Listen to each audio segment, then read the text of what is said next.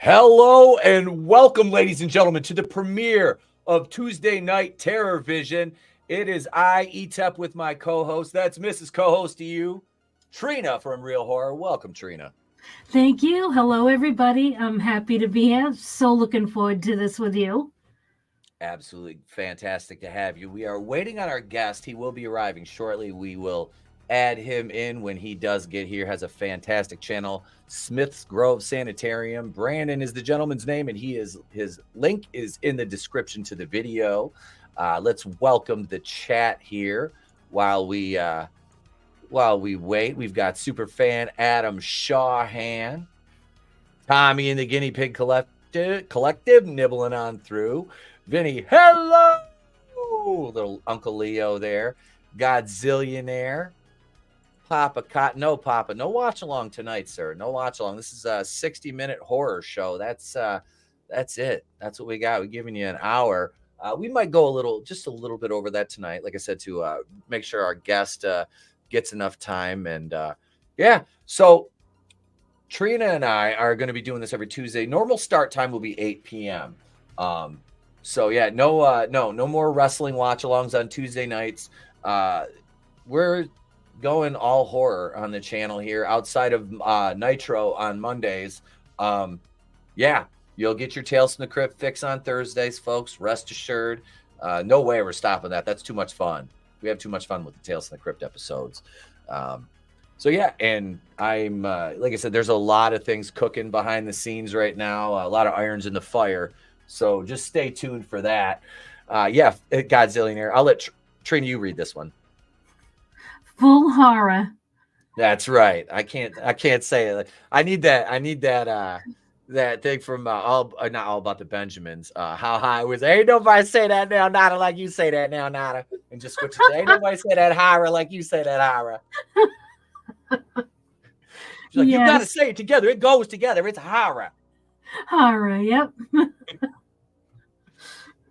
But yeah, so we are actually going to talk about Thanksgiving, not the holiday though. We're going to talk about the movie Thanksgiving, which I just watched today, and I got some thoughts on it, and I know Trina watched it too. So she was more diligent than I was. I didn't take notes, but I just watched it and I stayed sober most of the day, so I can remember pretty much everything.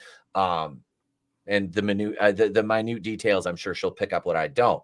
So what's up, Frankie Knows? Hail, brother. So without further ado, we'll get into this right here.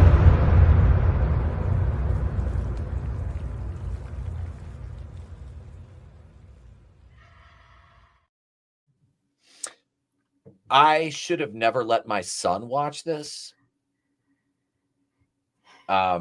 He made it through, like I think I told you that he made it through.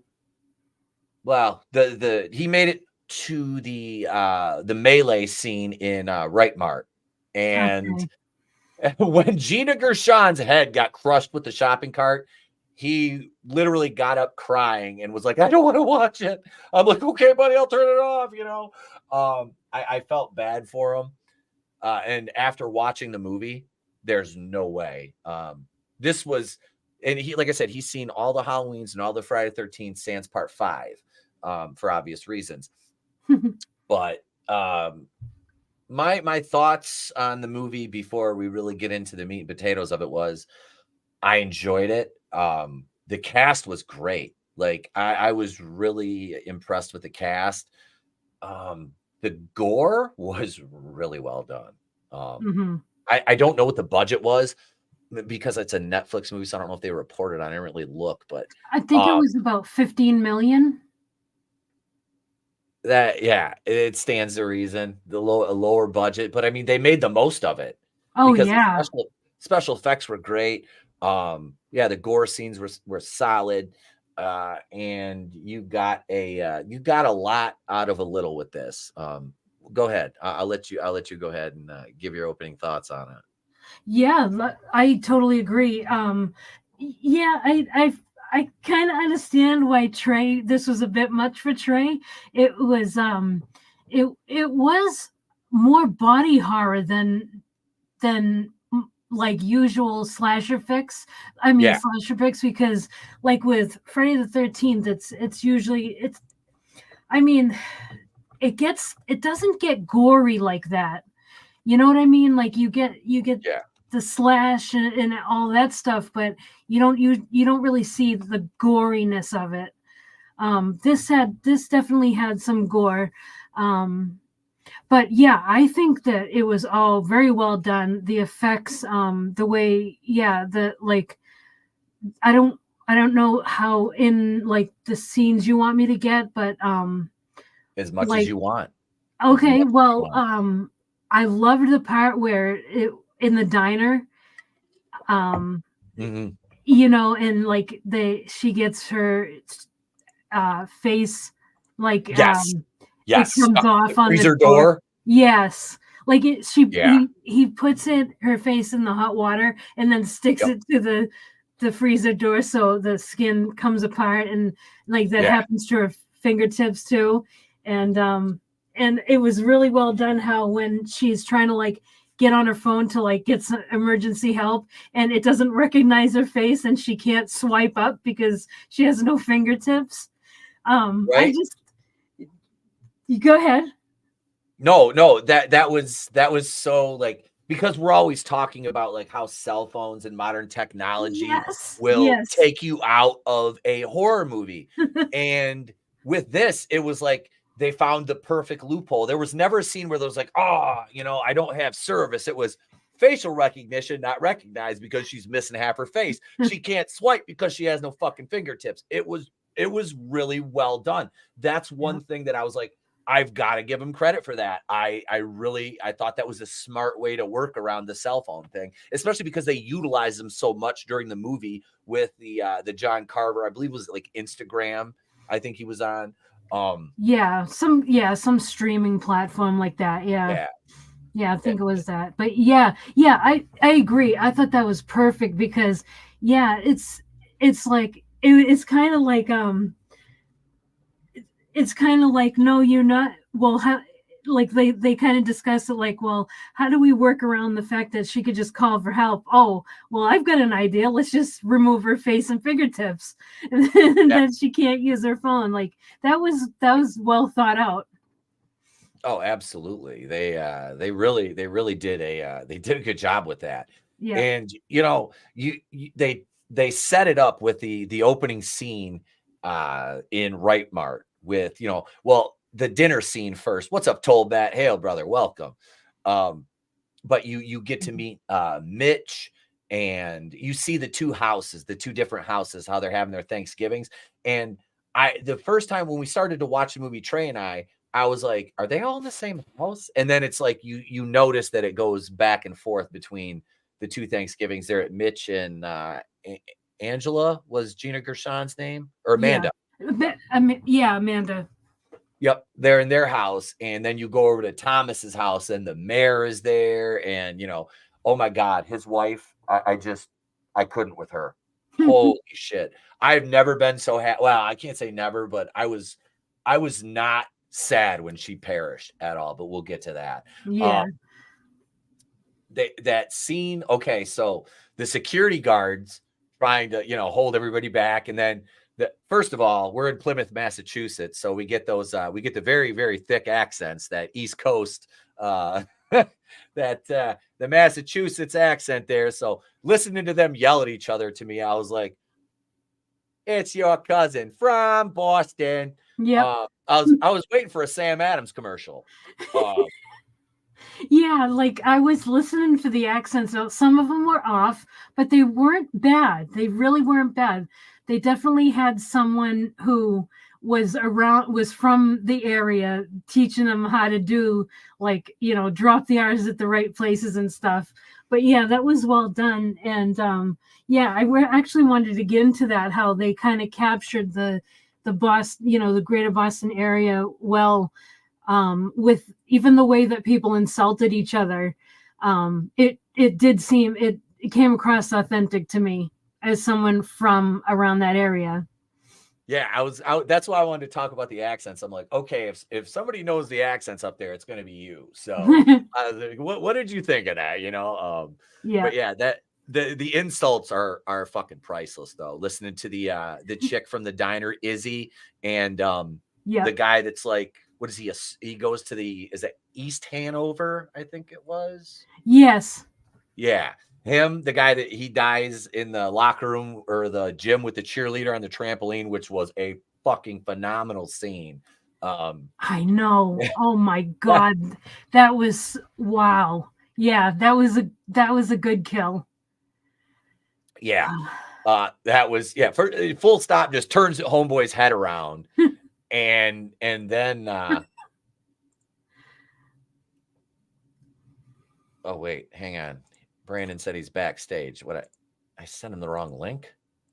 Jesus. Hang on. Jesus, there we go.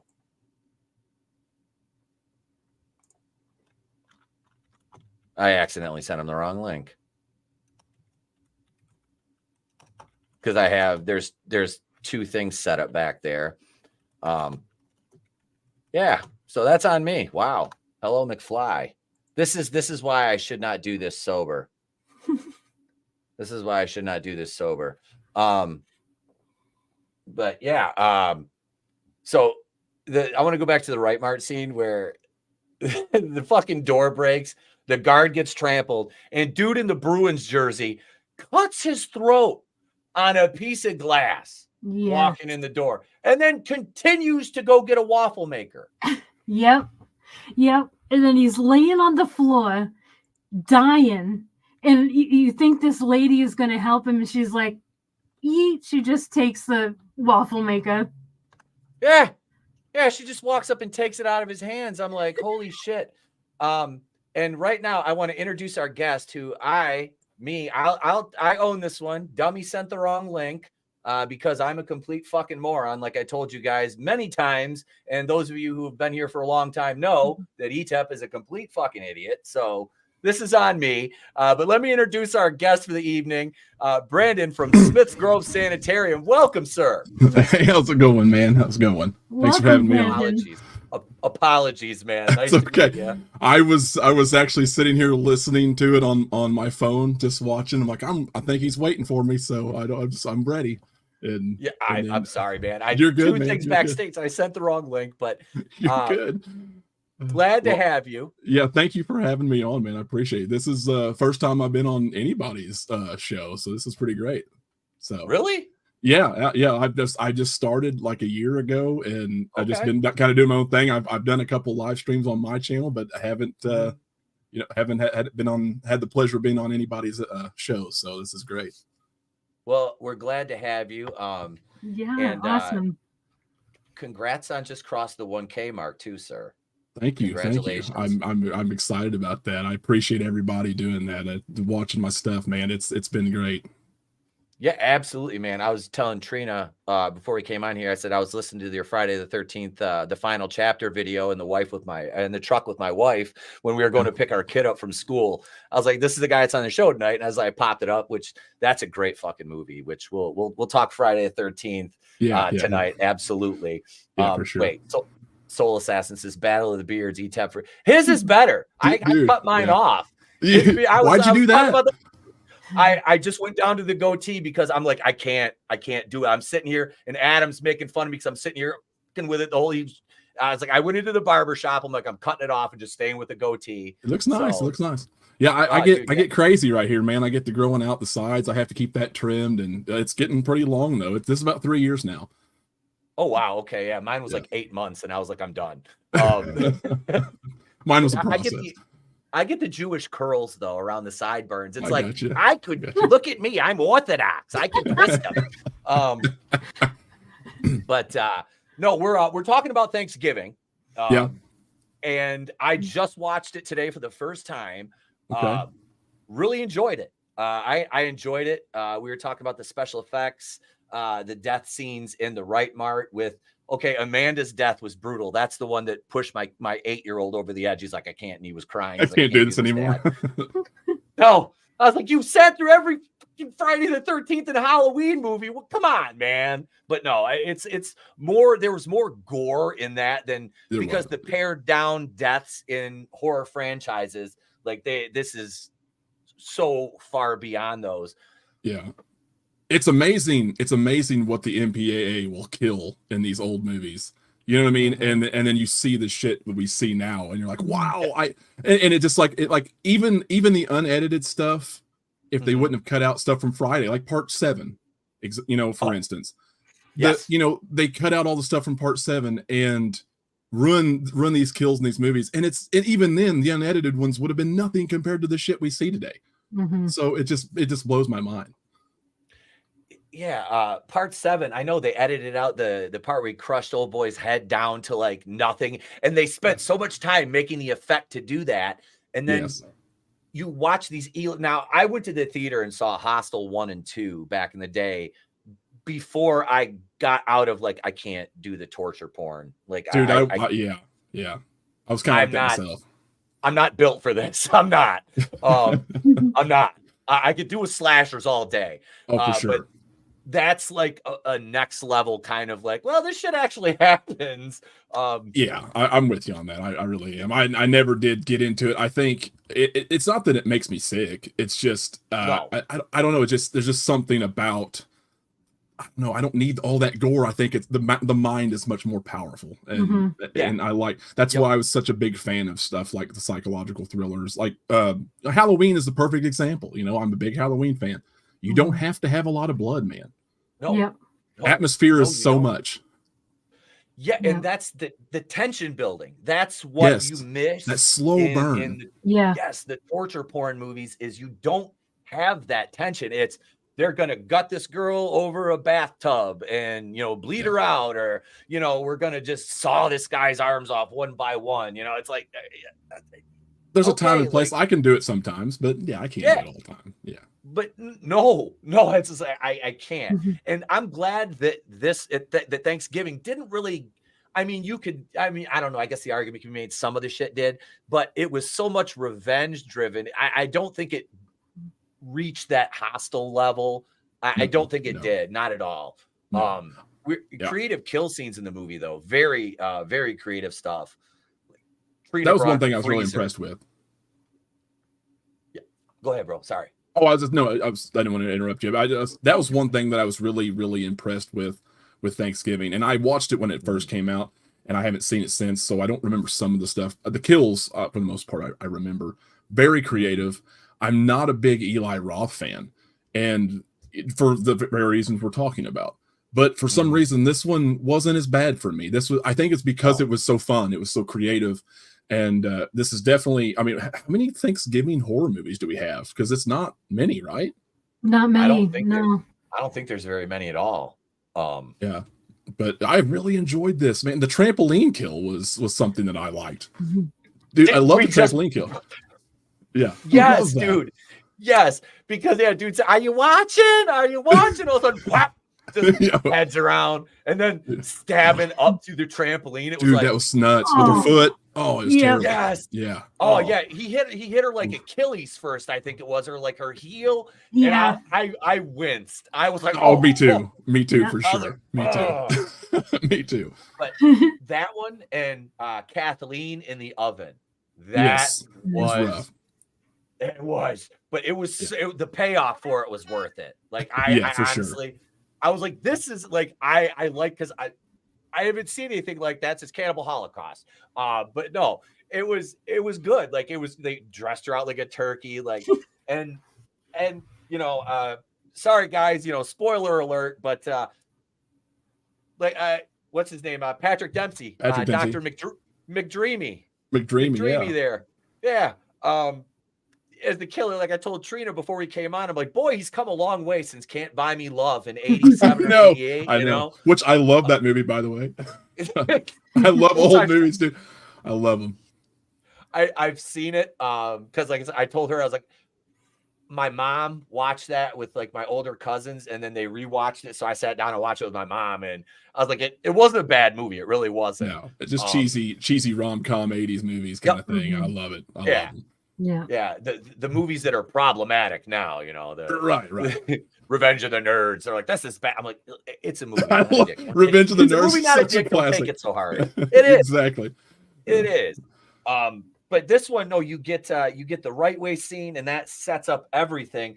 And I honestly, did you guys figure out that who was the killer before like we got midway past the movie? Had you pinned down who it was yet? I don't think I was really even paying that close attention. Though I didn't like I kind of had a theory like when I watched Scream 5 who the killer was, and I was right about one of them for sure. But you know, this one here I didn't, you know, usually I can guess better. This one I didn't.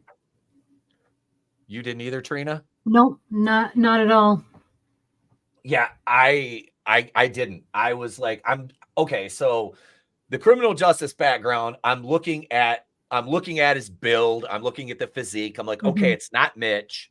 You know, I'm looking at because he's a big, thick dude. I'm like, it's not him. I'm like, okay, motive wise, I'm like, okay, so Gina Gershon died. Mitch is her husband. I'm like, automatically, you're like him. But then you see the interactions between Dempsey and Gina Gershon, and it's like, was there something there in the past? Because they're talking to each other like very, we had a thing or there's something going on, you know. So that was a really it was nice. Like I said, I didn't figure it out until almost the end of the movie. I was like, oh my God, it's the cop. Because when he's you look back at the little things he says where he's like, oh, it's the details and all that, and it's like, yeah, he's putting it out there. Just putting it out there. Yeah, just tease it a little bit. Yeah. And it's like, it's funny too, because criminals always tell on themselves one way or another. Oh, 100%. Always. Yeah, always. So always. Yeah, it was nice. What's up, Justin Proper? Hail, brother. Good to see you, my man. Good to see you. I love Dempsey being back in horror too, by the way. I love it. Yeah. That was one thing I really liked about this movie was that they didn't give the killer away right away. You know, they kept you guessing. Like that's kind of smacked of Scream a little bit. Yeah, the whodunit thing. I like that. Yeah. Yeah, the original, like I haven't seen a Scream past part 3. I don't think I've seen any of them past the third one. And I just kind of gave up after that. Getting some love for the beard from Justin. He says that's an epic beard. Look at this thing. Wait, let's get him on solo. Let me take this off here. Look at that. Here we go. That is epic. Yeah, 3 years. Thank you. But no, I did the whodunit factor was good in this movie because, like I said, you're trying to, and it's like, you know, I'm sure some people did, but I was like, man, it was nice to see him do that. Like you said, Trina, not give it away up front and kind of make you work for it. Yeah. I love that. You haven't seen, not to get too far off topic for you, but you haven't seen past Scream 3, huh? No. Okay. I have not. I have not. I see what you think. Yeah. I have no reason not to. Like I said, it's we're straight. We're going all the only pop culture you're gonna get here on the channel, folks, is on Monday nights on Nitro. And Yeah, and we renamed the Monday night show. It wasn't Nitro. an April Fool's joke. We went from 5 years of going in Raw to the place to be reviews Monday Nitro. We kicked that off last night. Both names are great, man. I love both names. I got my Raw cup here, so go. Nice. I was always a WCW guy, so I see. Yep. It was, I love wrestling in general, but yeah, me too. We can talk. We'll talk about that later. We need to sometime. Yeah. I know. Absolutely. Yeah. So we have a lot of creative kills. The characters in this, I felt like the characters that needed to be fleshed out were fleshed out well, and even the ancillary characters, like what's her name, Gabby, I think it was she was one of the girls that survived. They didn't really give her as much. She was dating the guy who was filming the whole thing, standing on the register. Okay. He's the one that got the hammer to the head at the dinner table, which was fucking brutal. That reminded me. That was like some Jew Bear stuff from Inglourious Bastards. I'm like, I was like, oh, that's a callback to the Jew Bear right there, man. And for those of you who might be new here, Shalom. I'm a Catholic, but I'm ethnically Jewish, so I can make these jokes without YouTube. Oh, he can get away with it. Okay. Yeah. I said, if I was, well, I am not, so I'm going to keep my mouth shut. No, you can make all the jokes on him. No. Trust me. I mean, that's why they call me the people who knows. Man, I got kind of one too, but I'm just straight. But no, we had a lot of good kills in this, and I do have to say, there was brief moments of comedic relief in this, which they didn't do anything to negatively affect the tension. So I agree with that. Yeah. Especially with Scuba, with his name's Claude Diving. I'd go with Scuba too. Yeah. I was like, God damn. What Trina, what was the Macati? Yes, he was my favorite character. That's fucking great. He was awesome. Yeah, I love everything about him. He was selling guns, and he shows up at the school in that Scooby, well, he calls him Scooby. Yep. And he's like, "Are you seriously selling guns on school grounds?" And he's like, "No, of course not. I was just gonna sell alcohol." And he's funny. And then I like when they go back to his house, and they're talking about music, and those younger kids go, "Well, who's Black Sabbath?" And he's like, "Get the F off my lawn. Go back to Methuen, you effing dorks." And it was like, that is so Boston. Yeah. They're running away. I just want to know who it was. Get the fuck out of here. Get off my fucking property. I love him. No fucking virgins allowed. Yes. No virgins allowed. They would have survived. They're virgin. That's why they survived. They didn't break the rules. Oh, 100%. Yeah, 100%. There are rules. Yeah. You can't be breaking those damn rules, man. Yeah. He's standing in the back of his truck and just shoots the fucking the musket off. Like, really? It's like, my son's a fucking retard. Or some shit like that. I'm like, oh my God. Yes, the shirt's like he's a gooba, and like, oh man, I just love everything about it. I love how he stands. I love how he stands up on the truck and he's like, "Blunderbuss." that was like I said, it was those nice lighthearted moments that don't take away from the majority of the movie. That really, like, it adds to it. Because, we've talked about this a little bit before, Trina. Horror and comedy go hand in hand. Like, it works. It's a beautiful mixture when there's just enough of each. You don't want, too much comedy in your horror. But when done properly, and this, I was absolutely thrilled with this movie. Like, They tease a sequel too, which I don't know if they've greenlit it yet or not, but it's coming. Oh, it is. They have. Yeah. Nice. Okay. No, I'm down. I'll watch it. I mean, this was good. Yeah, I think this is going to be something that everybody watches every Thanksgiving. If you're a horror fan, I think it's going to be something that everybody watches now. So just kind of like, we needed something for Thanksgiving. It's kind of a forgotten holiday anyway. So you got Halloween and, what Christmas, Silent Night, Deadly Night. I don't know. There's not much for Christmas, is there? Silent Night, Deadly Night. Krampus kind of sucks. Yeah. Black Christmas. I've never seen Black Christmas. There, it's all right. It's not that great. So speaking of Black Christmas, I watched the original Black Christmas for the very first time the other night. Actually, I just, for whatever reason, I watched the remake, not the newest remake, but the first remake, and I liked it. And I went back and watched it, and it was really good, man. It was kind of the voices he made on that phone, man, is creepy as hell. But movies like that, those low budgets from like the early 70s, really show their age. Yeah. But it's worth checking out one time for sure, at least. Yeah. Oh yeah, I love it. Okay. Yeah. Don't ever watch the 2019 Black Christmas. Okay? Like, don't. Okay. Okay. Don't, I'll take your word. I don't need it. I've got the first remake was fine with me. You know what I mean? So I don't. That one wasn't bad. They spun it a little bit. Yeah. But I remade it already, though. You know what I mean? Yeah. Hey, buddy. What's going on?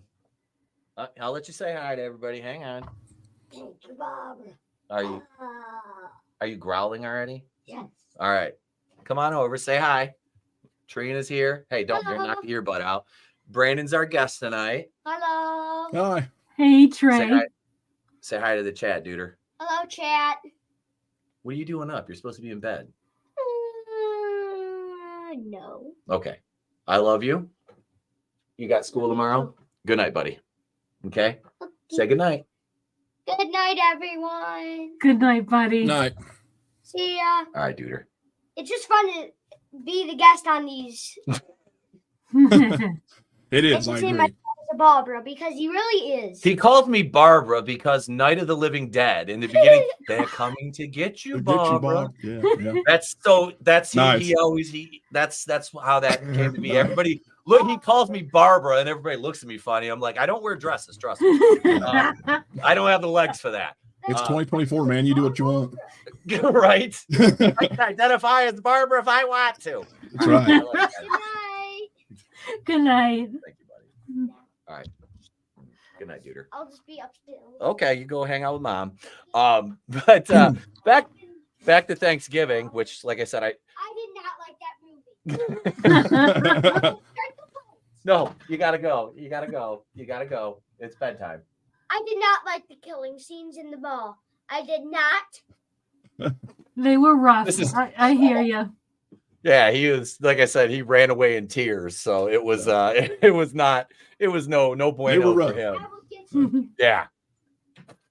All right. So that's I forgot to lock the door. We didn't keep the riprap out tonight. But Trina, what else do you want to go into with Thanksgiving? Go ahead. Let me think. So I think, well, want to get into favorite kill scene? Why not? Yeah. I would say I think my favorite was probably the one where the guy's sitting in the truck and he gets his face impaled from. Oh yeah, and that was crazy. Yes, crazy. Yes, it's like that. Why was there a clown at a Thanksgiving parade? Yeah. I was like that. First of all, I fucking hate clowns. Except ICP, that's Detroit Juggalo, But I was kind of miffed on that. Like, there's just a random clown walking around. I'm like, okay, not out of place at all. That's it. You got pilgrims, and there's a random clown, and of course. Yeah, but, that was so weird. That scene was he cuts the one guy just cuts his fucking head off. Lionel, Lionel was yep, because he was the other guy with the shopping cart that him and Izzy, the waitress from the diner, rammed into Gershon's head. Because I was like, I didn't realize that was him because I knew they said he was involved, but I'm like, because they made a point to say, oh, he does the mascot thing every year in the parade. He's the turkey. And then, he just gets straight up decapitated. But yeah, that stake through the back of Grandpa's head while the kids are like, Grandpa, and he's just blood squirting all over him. I was like, oh, Yeah. Man, like they kind of like harken back to the Final Destination 2 thing for me. I was like, what? I don't know, like just something coming through windshields at you. It was like, it's rough. Yeah. I kind of laugh though at a few plays. Like, I know the Black Friday kills were like, it's supposed to be serious because that's shit, shit that can happen, or you think it was just kind of turned up to 11, but the guy who got pushed in through the door and got his neck cut on the glass.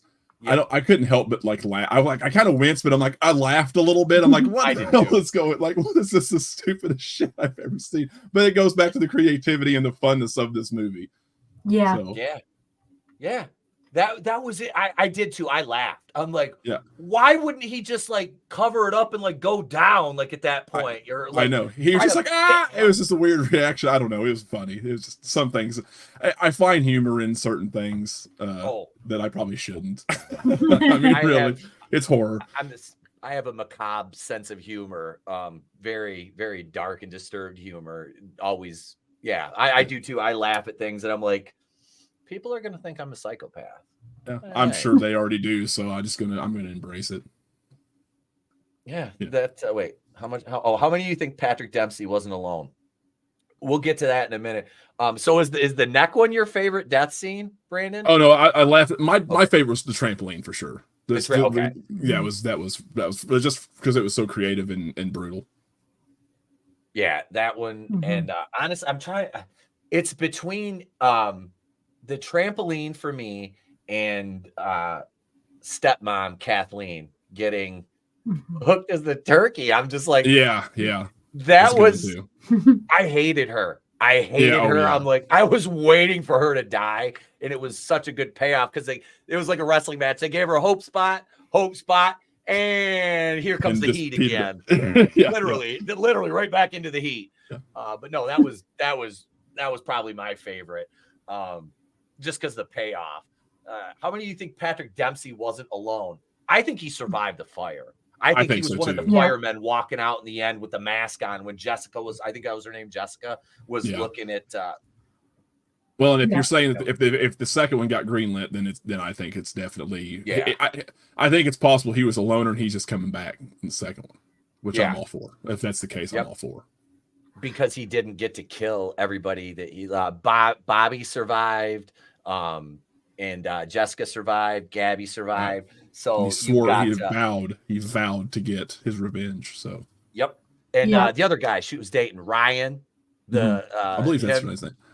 I think it was Ryan. Yeah, I'm having a hard time remembering names because I only watched it one time and it's been a while now. But I think you're right. That I thought it could have been him for a minute. Like he was, because I'm looking at his build. I'm like, well, he looks like that. It could be, he's built the same way. Him and Dempsey had very similar stature.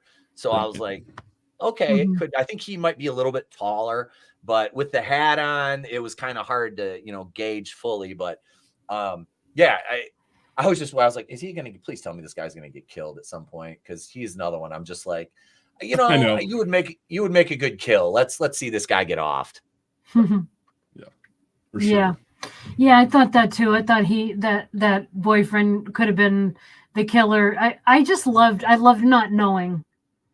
I thought that, it kept keeping the suspense up was a good choice, I felt. Yeah. Very. It was very good. I recommend the movie. I do. If you haven't seen it yet, for sure. Check it out. For sure. Definitely. It's definitely, and it's one, it has some, I think it has rewatchability. Yeah, it does for sure. I think so too. Yeah, you're not. There's no there was no point where I was like, it was like I was engrossed in the movie pretty much the whole runtime, which is just a shade over, I think, an hour and a half. Yeah, it wasn't a bad runtime either. No. And I had a lot of fun with it. I love slasher movies anyway, so I mean, anytime you can release a fun slasher, I'm all for it. I don't like the movies when they get into the bloated runtime, especially a slasher movie, because then they seem to like impose upon themselves. It's like this could have been around 85 to 90 minutes, which to me for a horror movie is the sweet spot. 80 to 90 and take it home. I agree. Yep. I just watched Slumber Party Massacre for the first time too the other night, and God, what a wreck of a movie that was. That was not a whodunit. They unveiled the killer, and he just was some dude in a tuxedo, like a Canadian tuxedo. I mean, just denim all the way up and down, and with a big drill. Lots of TNA. Yes. Lots of TNA, you know, it depends on what you're there for. It was just a really campy horror. But it was an hour 16, I think. It was really short. So, yeah. I mean, that might be a little too short, but yeah, I think you're right. 90 minutes is about where it's at. That's one of the big hangups I had with the new Halloween movies. And I'm a huge Halloween fan, and it's kind of like, you know, watching Zack Snyder's DC universe. I love that shit. I'll watch 4 hours of it, but it shows you what they can't do in 2 hours. You need to have a short run time, even for a Halloween film that I love so much, because then you get shit and kills like Evil Dies Tonight over and over again. Oh. And that's the one bloated part of the movie that you could have gotten rid of and it would have been totally fine. Yeah. That whole hospital scene. Oh my God. Yeah. And I kind of compare that to Thanksgiving a little bit too. It was a fun movie other than that. Just fun, goofy horror slasher movie. Mm-hmm. See, I reviewed all 3 Halloween movies as Cleveland Brown. I did the voice and everything, and all this Cleveland, and I just I eviscerated them. I did. You didn't like them? You know, looking back with the benefit of hindsight, 2018 to me is acceptable. Sure. And Halloween Kills had some good death scenes. I'll give them that. I just flashback scene was awesome.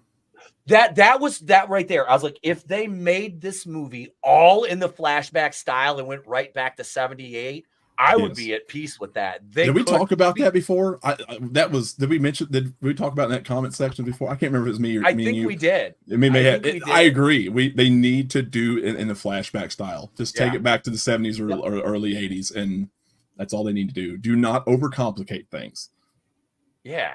It absolutely is, and that's a really good segue. I hate to cut away from Thanksgiving, but do we have anything else we want to add on that before we kind of move on, Trina? Yeah, I did want to touch on something.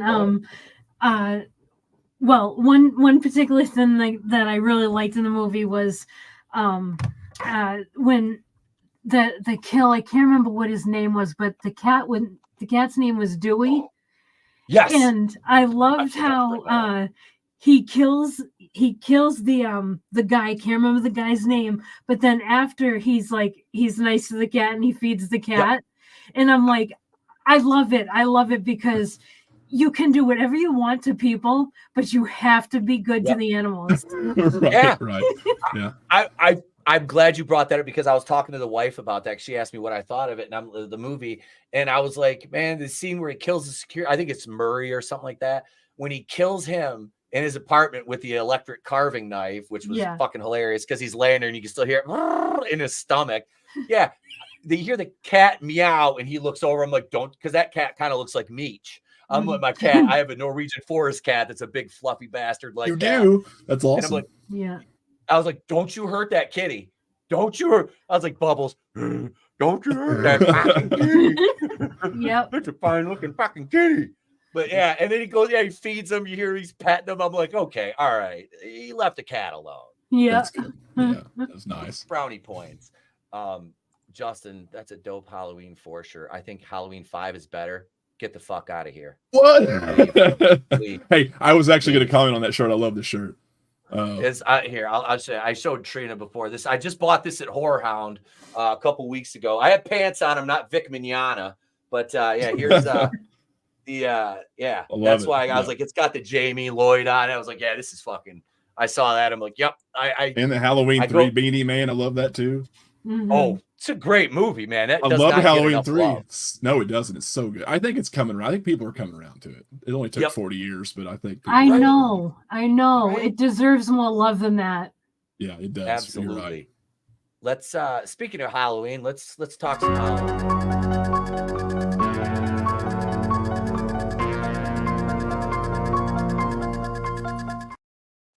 So we've got the Miramax series and the movie. They're going to do a cinematic universe with this. Now, I'm interested. I'll be cautiously optimistic with it because I do love the franchise. And it's like, this is outside of the original. Part 4 is my favorite. I don't mince words with that one. That is my absolute favorite outside of the original. And we were talking a little bit before. I think Dwight Little was talking, they had the rumors about, well, they're going to do a Halloween 4, kind of a sequel to that. And I was like, if that would have happened, if that came to fruition and they somehow worked it to bring Ellie Cornell back, which she was willing, I guess she was willing to come back. And obviously Danielle Harris would come back. Oh, she'd come back for sure. And I'd love to see her back. Right? I feel like we got robbed out of that. I feel like they did her dirty twice. They did her dirty twice in this franchise because they didn't bring her back for the new ones. They put Judy Greer in. I don't hate Judy Greer.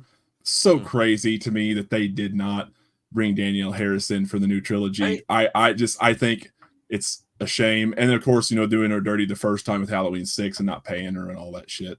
But yeah, they definitely need to bring her back in. In a non-Rob Zombie way. God, I'm not gonna get started on that shit. But fuck those movies. I know she'll defend it. I know she loves those movies. She'll defend it, her and Scout, and I love them both to death. But it's not good, man. They're not good. Sorry, they're not. Sorry, Daniel. No, they're not. No, those movies. A train wreck. Michael Myers is not like gutter puke, white trash. No, I mean, it's like and I liked House of a Thousand Corpses. I saw it when it first dropped. Devil's Rejects, like that. I never saw the third one, and I've heard I haven't either. I was fine not seeing that because I was like, everybody that watched that I trust was like, same three from hell, But every Rob Zombie movie has that the white trash kind of hillbilly vibe. Shit, hillbilly, yep. And it's like, it didn't fit with Halloween at all. No. Like, it was so far removed from Halloween.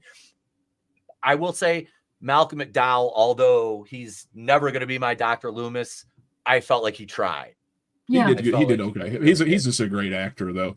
I don't even think I mentioned this in my review, but I despise the fact, honestly, now I despise the fact that they try to formulate this idea of Michael Myers being a product of his environment and his childhood. And I know that happens in real life, but that's not what Michael Myers is.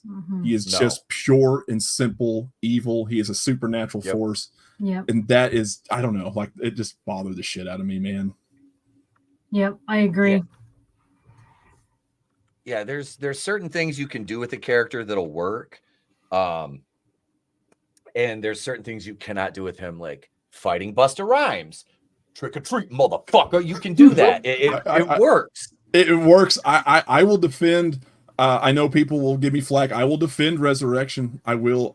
I mean, when I watch something like Halloween Ends, when I watch the Rob Zombie movies, Halloween Resurrection isn't good, but it is at least fun enough. I can at least watch it every now and then and have a little bit of fun with it. And I don't think really at the time, let's be honest, I don't think it really was meant to be taken that seriously. I mean, with the cast, I mean, it's clear that they cast the people they cast for the time and to get the black audience. I mean, just to be honest, they tried to get that's what it was. And they did that with LL Cool J, and it worked because LL Cool J was actually a decent actor. But they couldn't get him. He was too expensive or whatever it was. And they go with Busta Rhymes. Busta Rhymes was entertaining. It sucked, but it was entertaining. Yep. And we got Katie Sackhoff topless in that one, didn't we? Was it Katie Sackhoff that was? No. It was the redhead. There was the redhead. The redhead. She got killed. Yeah, she got offed in the basement. He pushed her into that gate, like pike or whatever it was. It's like bent over. Yeah. Yeah. And then you've got Katie got decapitated at the top with of the big knife. Yeah. The head rolled down. Yep. and you had what's his name, Sean Patrick Thomas, he played the Old chef Rudy. in there. Yeah. Yep. Yeah. He had the nice little knife duel there. He was swinging his kitchen knives around. That was good. I love that. Yeah. Yep. Well, I remember watching him in that show with what the hell was that? He played a cop. I think it was. Oh my God, I can't remember the name of it. But yeah, he was a cop in a show I used to watch on CBS. But yeah, he was good. They had a good cast. They did. They just didn't have. They just didn't have the proper. I think it was maybe the script. I think the concept of the movie was actually ahead of its time. It was. This was right before Big Brother and all that really took off. Like those reality shows, those style shows, Ghost Hunters, all that shit really took off, I think, wasn't it? So this is kind of ahead of its time a little bit.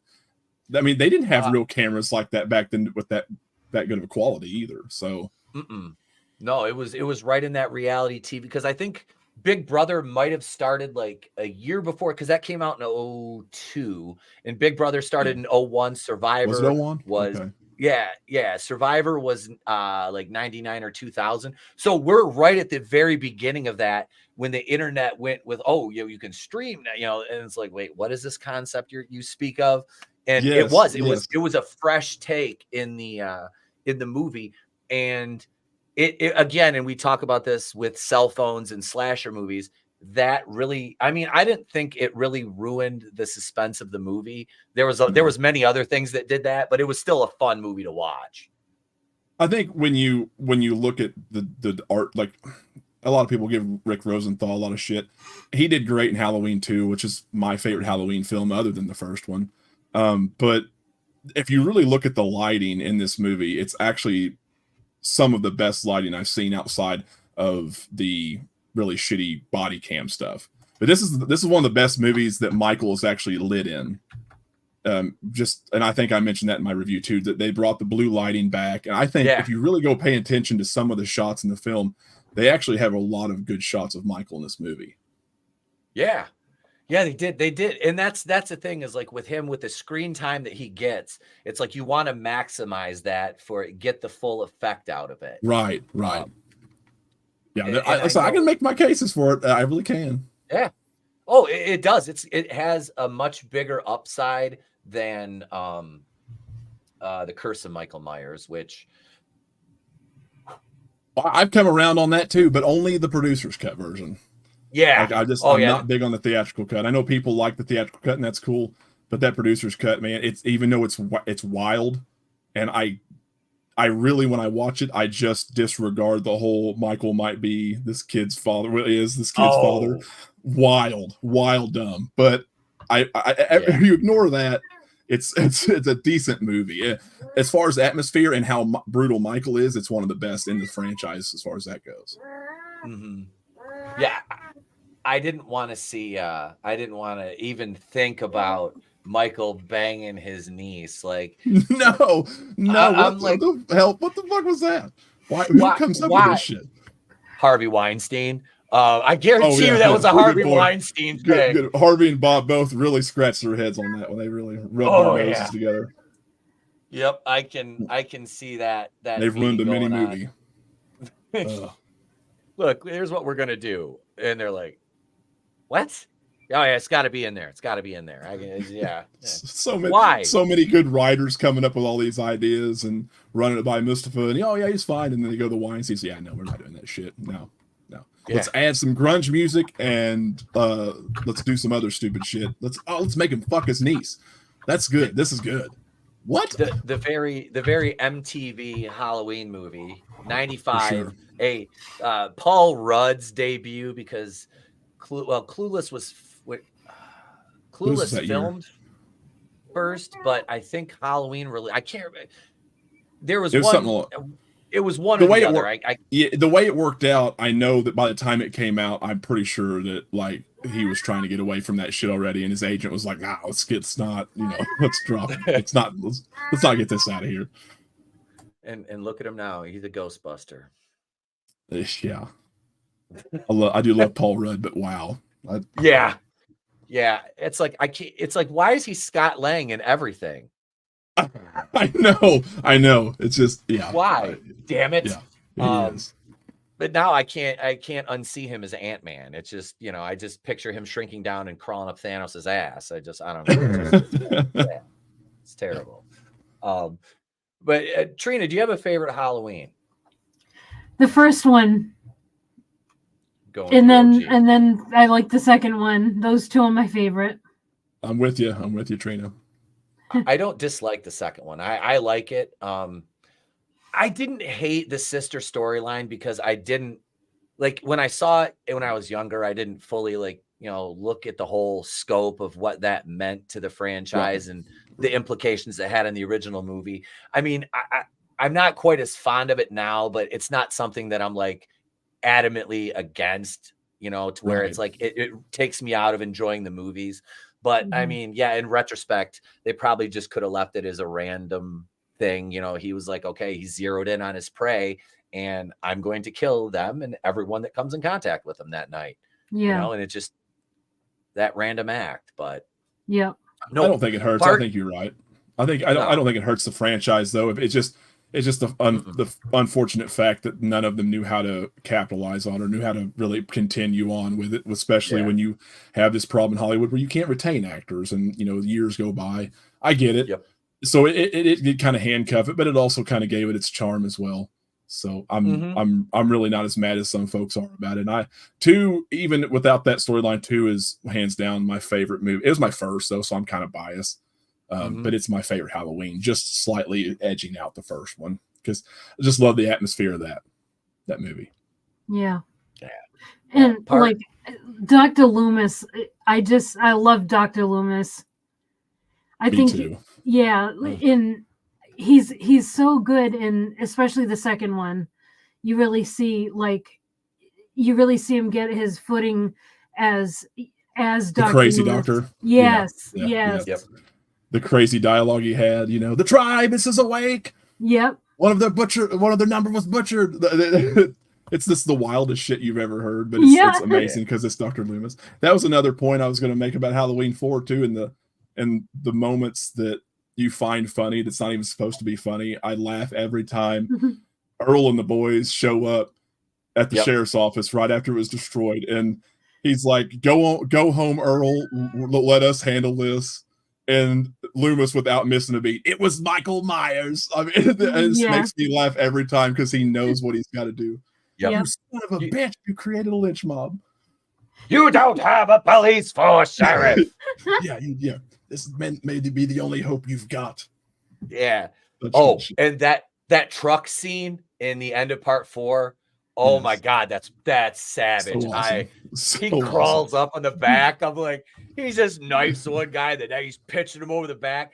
I love because like the driver, it's Earl. He's driving, and you see him go like this, and he's just like all of a sudden something's wrong here. His throat out. I was like, oh. Yeah, probably one of the grossest kills in the entire franchise. When you think about it, just grabbing that throat and ripping it.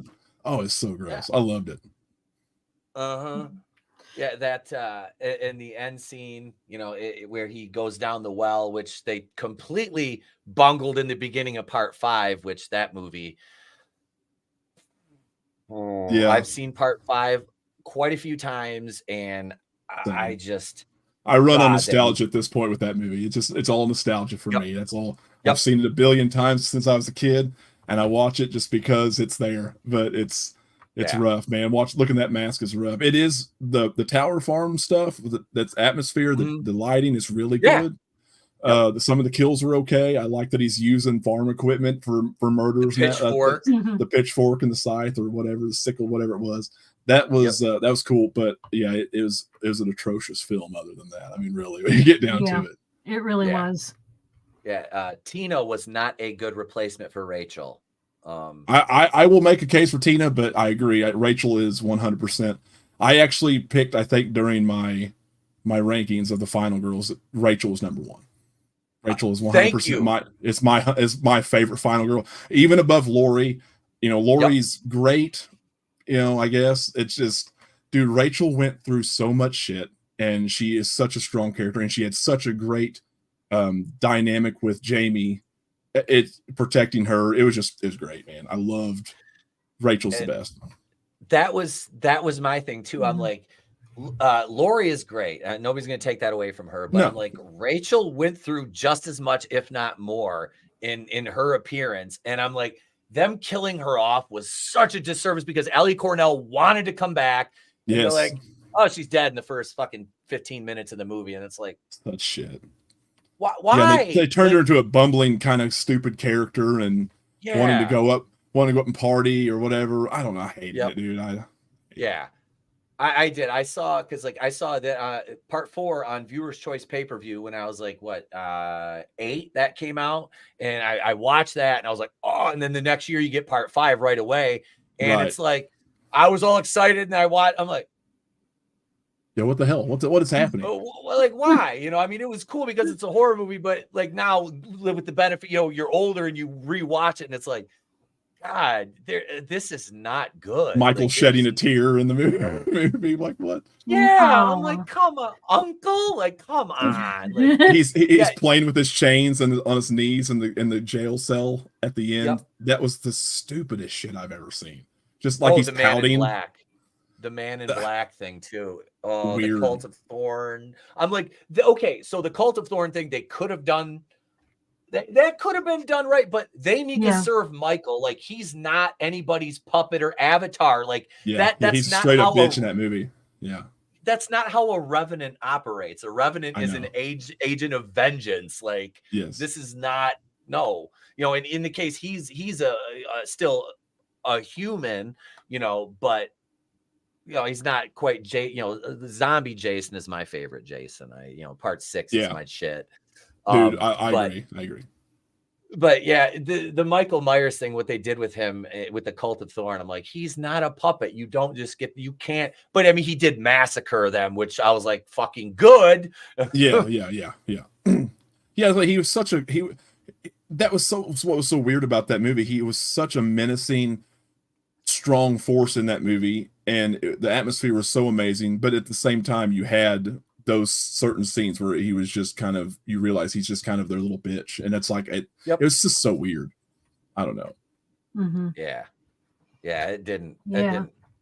And to I know you started out with the whole cinematic universe thing that they are gonna do.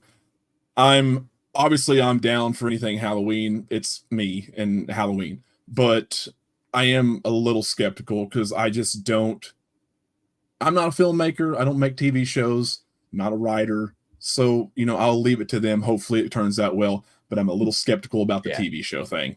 And when I hear in 2024, when I hear cinematic universe or whatever the fuck, it scares me because all I think is Marvel and I'm sick of that shit.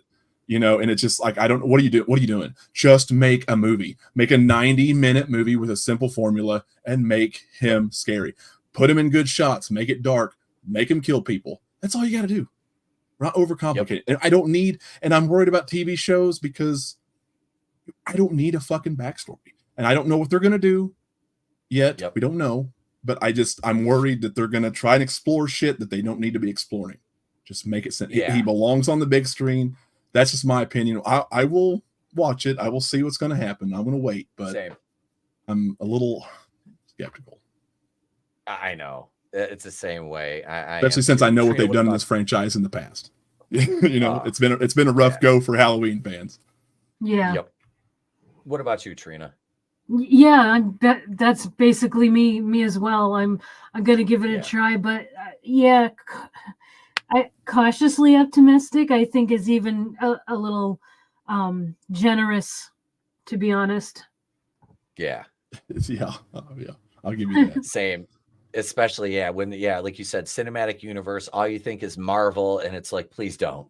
Let's not make this anything. Let's not make this crazy. I don't know what you mean. Like maybe they were just throwing that shit around because they don't. I don't know, but it's just weird, man. Because just be marketing terms that they were talking about how they would lead and tie in like the movie to the show. They're like, well, we don't want to bring the show out first and then use that to introduce the characters in the movie. I'm like, why would you do that? Just put the movie out. Flesh out your characters. If you're going to do a show, it's like, well, they were talking about how it would be like in between like Halloween or the lead up. I'm like, yeah, but then you're getting into territory that's very murky. Like you don't really need that shit. No, You can that do sounds that. like a lot of clutter and a lot of like filler. You know what you'd say in anime or Yep. whatever. It's filler. You don't Yep. need that shit. It's a slasher franchise. Mhm. You know what I mean? This Yeah. isn't something you don't need to lay this out. You don't. Yeah. So don't. Now Friday the 13th. If you're doing like a Pamela story, because there was murders and other things going wrong in that 20 years, right? If you did something like that, fine. But I would rather you just not at the same time, because I like Bates Motel. I didn't give a shit. I really didn't. No. And it's if anybody liked that show, that's great. I just don't give a shit. Just make a Jason movie, make a Michael movie, and forget all this TV nonsense. Like you're just trying to capitalize on Netflix. I get it, but it doesn't belong. It doesn't belong there. It doesn't. Yeah, bringing that to the small screen, and we'll talk about the Friday the 13th thing. We're gonna, just for you guys, we're gonna run over a little bit tonight, because and that's we're good with that, right? Everybody's good. Oh yeah, I'm good. Yeah, for sure. Yeah. Okay. All right. Yeah, I want to, because we're just, this is going too well to end after an hour right now. But Trina, absolutely. Trina, can you take over for just a minute for me? I got to run upstairs real quick. Sure. Okay, I'll be right back. Sounds good. So you're a huge Halloween fan. Yes. So I feel like, we talked a lot about Halloween. Is there another horror franchise that you're really into? Well, second is Friday the 13th for sure. Yeah. Definitely my second favorite, and then my third probably has to be the Scream franchise. I like Scream a lot, and Freddy might be, like, Nightmare on Elm Street might be a close fourth, but yeah, Scream probably in that order: Halloween, Friday, and then Scream. I'm more of a slasher guy. I like slashers. Yeah, same here. Have you ever seen the Victor Crowley movies? I have not. That's one thing that I need to wait. Which one is that? Is that Hatchet? Hatchet, yeah. Okay, I've seen the first Hatchet. I just forgot the killer's name for a second. I have seen the first Hatchet. I have not seen the second one. Everyone's telling me, all my buddies telling me I need to watch the second one too. Yeah, absolutely. It totally fits right in. Like, if you like Friday the 13th, I feel like it's closer to Friday the 13th. And well, you saw the first movie, so Kane Hodder, he's in it. Yes. Yeah, it's a great franchise. I love it. I totally recommend all the movies. How many are there now? Oh man, I know there's at least 3, right? Yes, I think maybe 4 or 5. In all. Okay. Yeah. But yeah, they're just great, and like there's a lot of other horror characters in it. Like in one of the movies, I'm not sure if he's in all of them now. It's been a little while since I've seen it. But the guy who plays Candyman, Tony Todd. Yep. Yeah. And yep. And other horror characters are in it as well. It's awesome. We're just talking about the Hatchet series. Yeah. Oh, I haven't seen any of them yet. I have not seen. I was telling her I've seen the first one, but I have not seen the rest of them. She's telling me I need to watch them. I'll have to do that. Yeah. Yeah, those come pretty highly recommended. Like I love Kane Hodder. We were talking about Kane too. Part 6 is Friday the 13th is my absolute favorite. But that was CJ Graham playing Jason, who is an absolute fucking beast. But Kane Hodder I just met him. It's funny, I'm taller than him. I never pictured that. I know, but yeah. He's such a good guy. And since we're on the topic of Friday the 13th, here we go.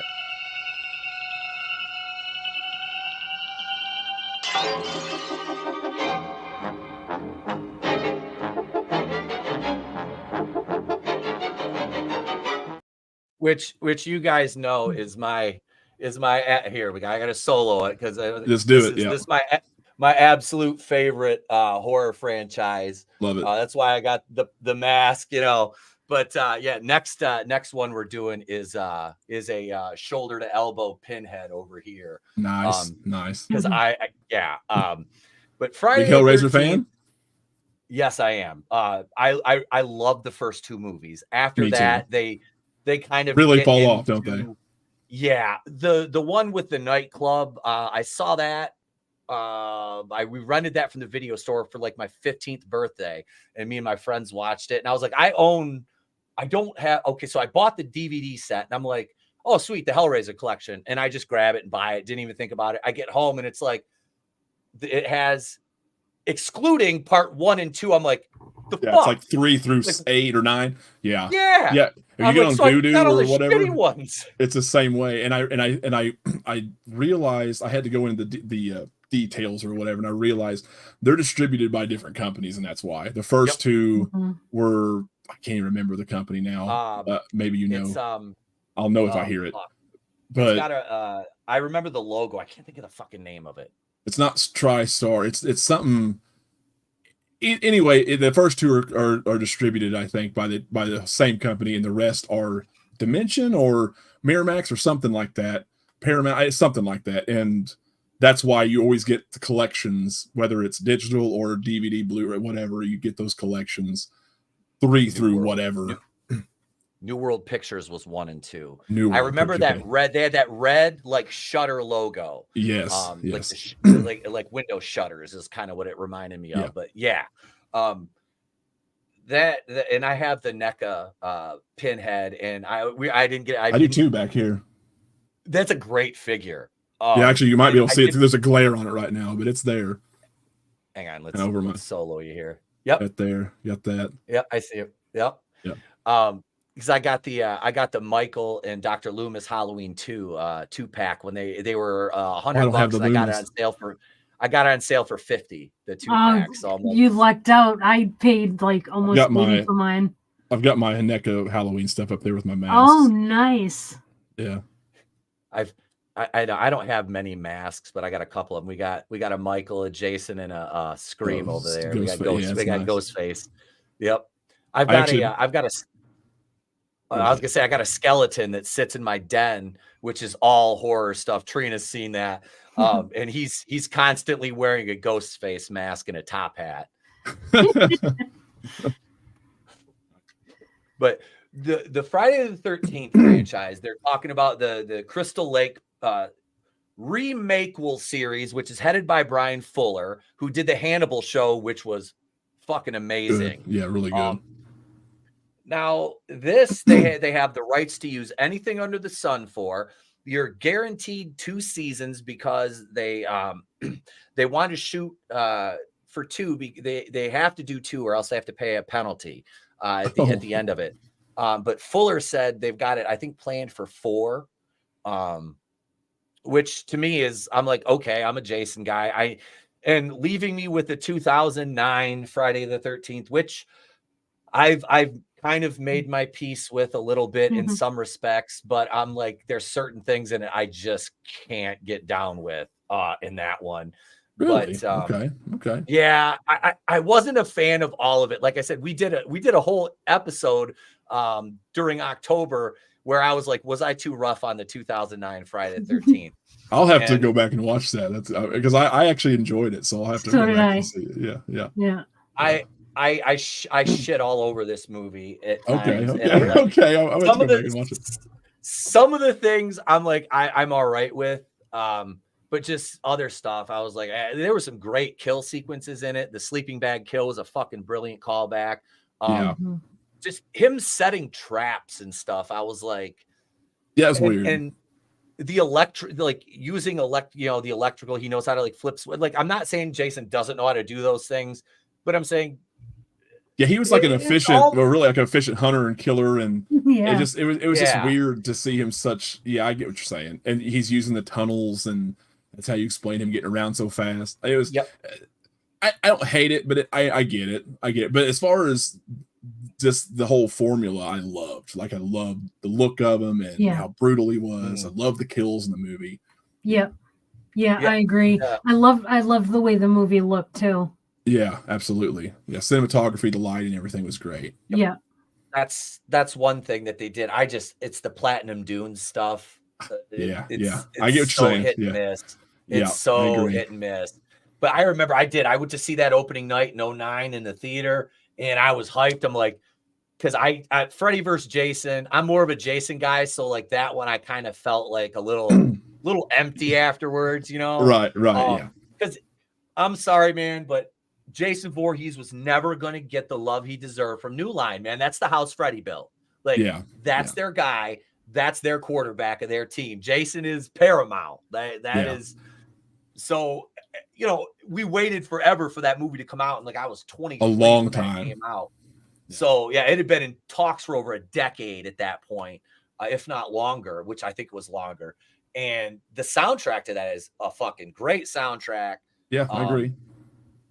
But it was great to see Robert Englund back, you know, and they didn't use Kane Hodder in it again, which I was like, why? He was there. Like, that's Jason, man. Yeah.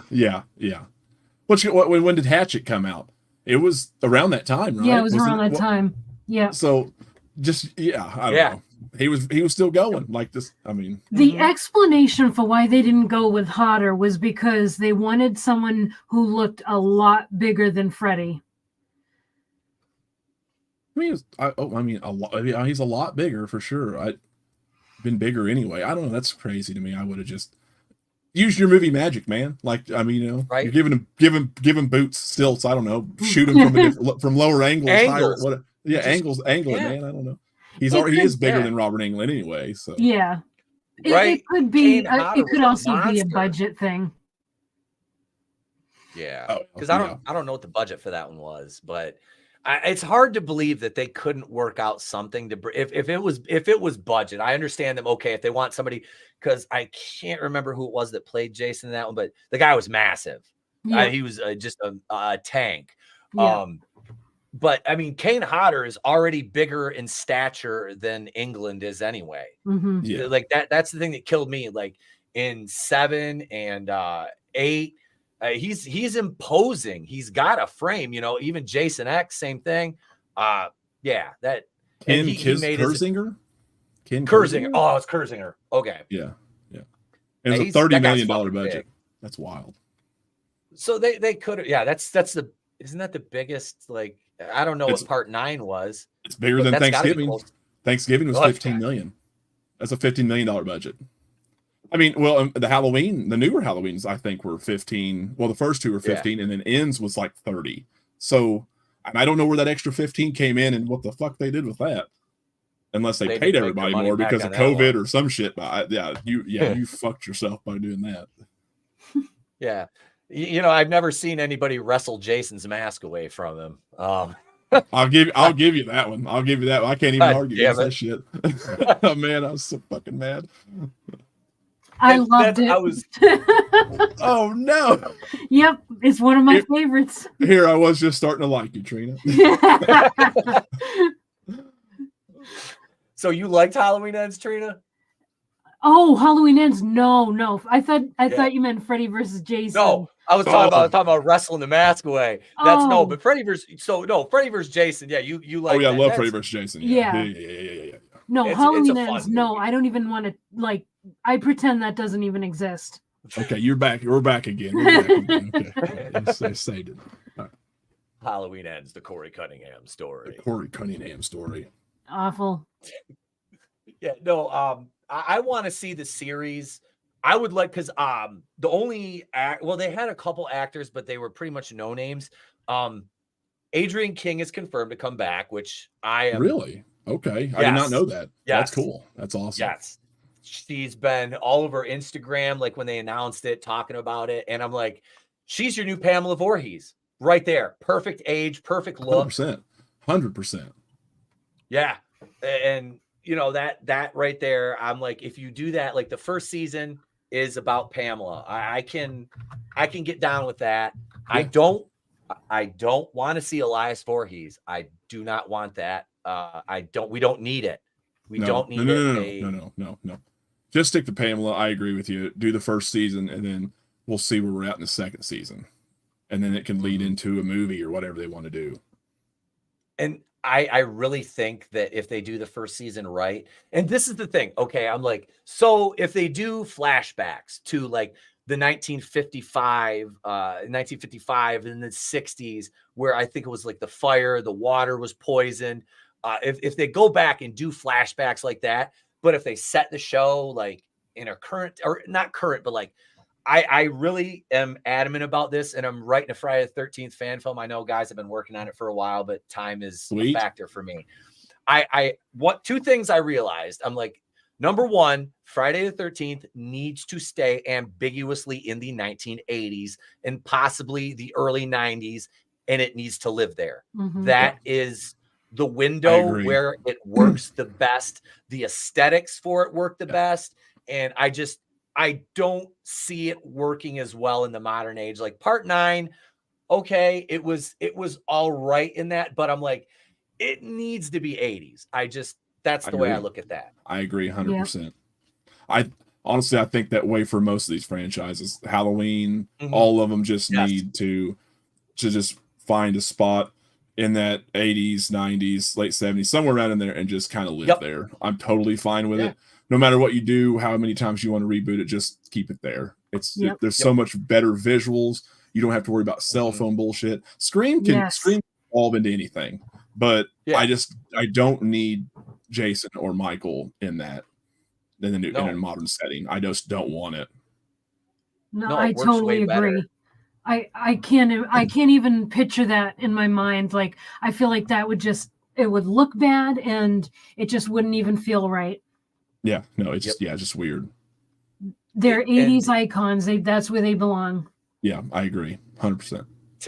To further, that point, I'll use the new Texas Chainsaw the newest Texas Chainsaw Massacre movie, with the whole, you try anything and you're canceled, bro. And Leatherface slaughters that bus full of, which I love that scene because I'm like, it's almost like they're making fun of those types of people. Yeah, I'm so anti-cancel culture that's funny to me. But if you were going to do it in the modern, I would want it to be kind of a something like that where you're making fun of that shit. But otherwise keep it in the past.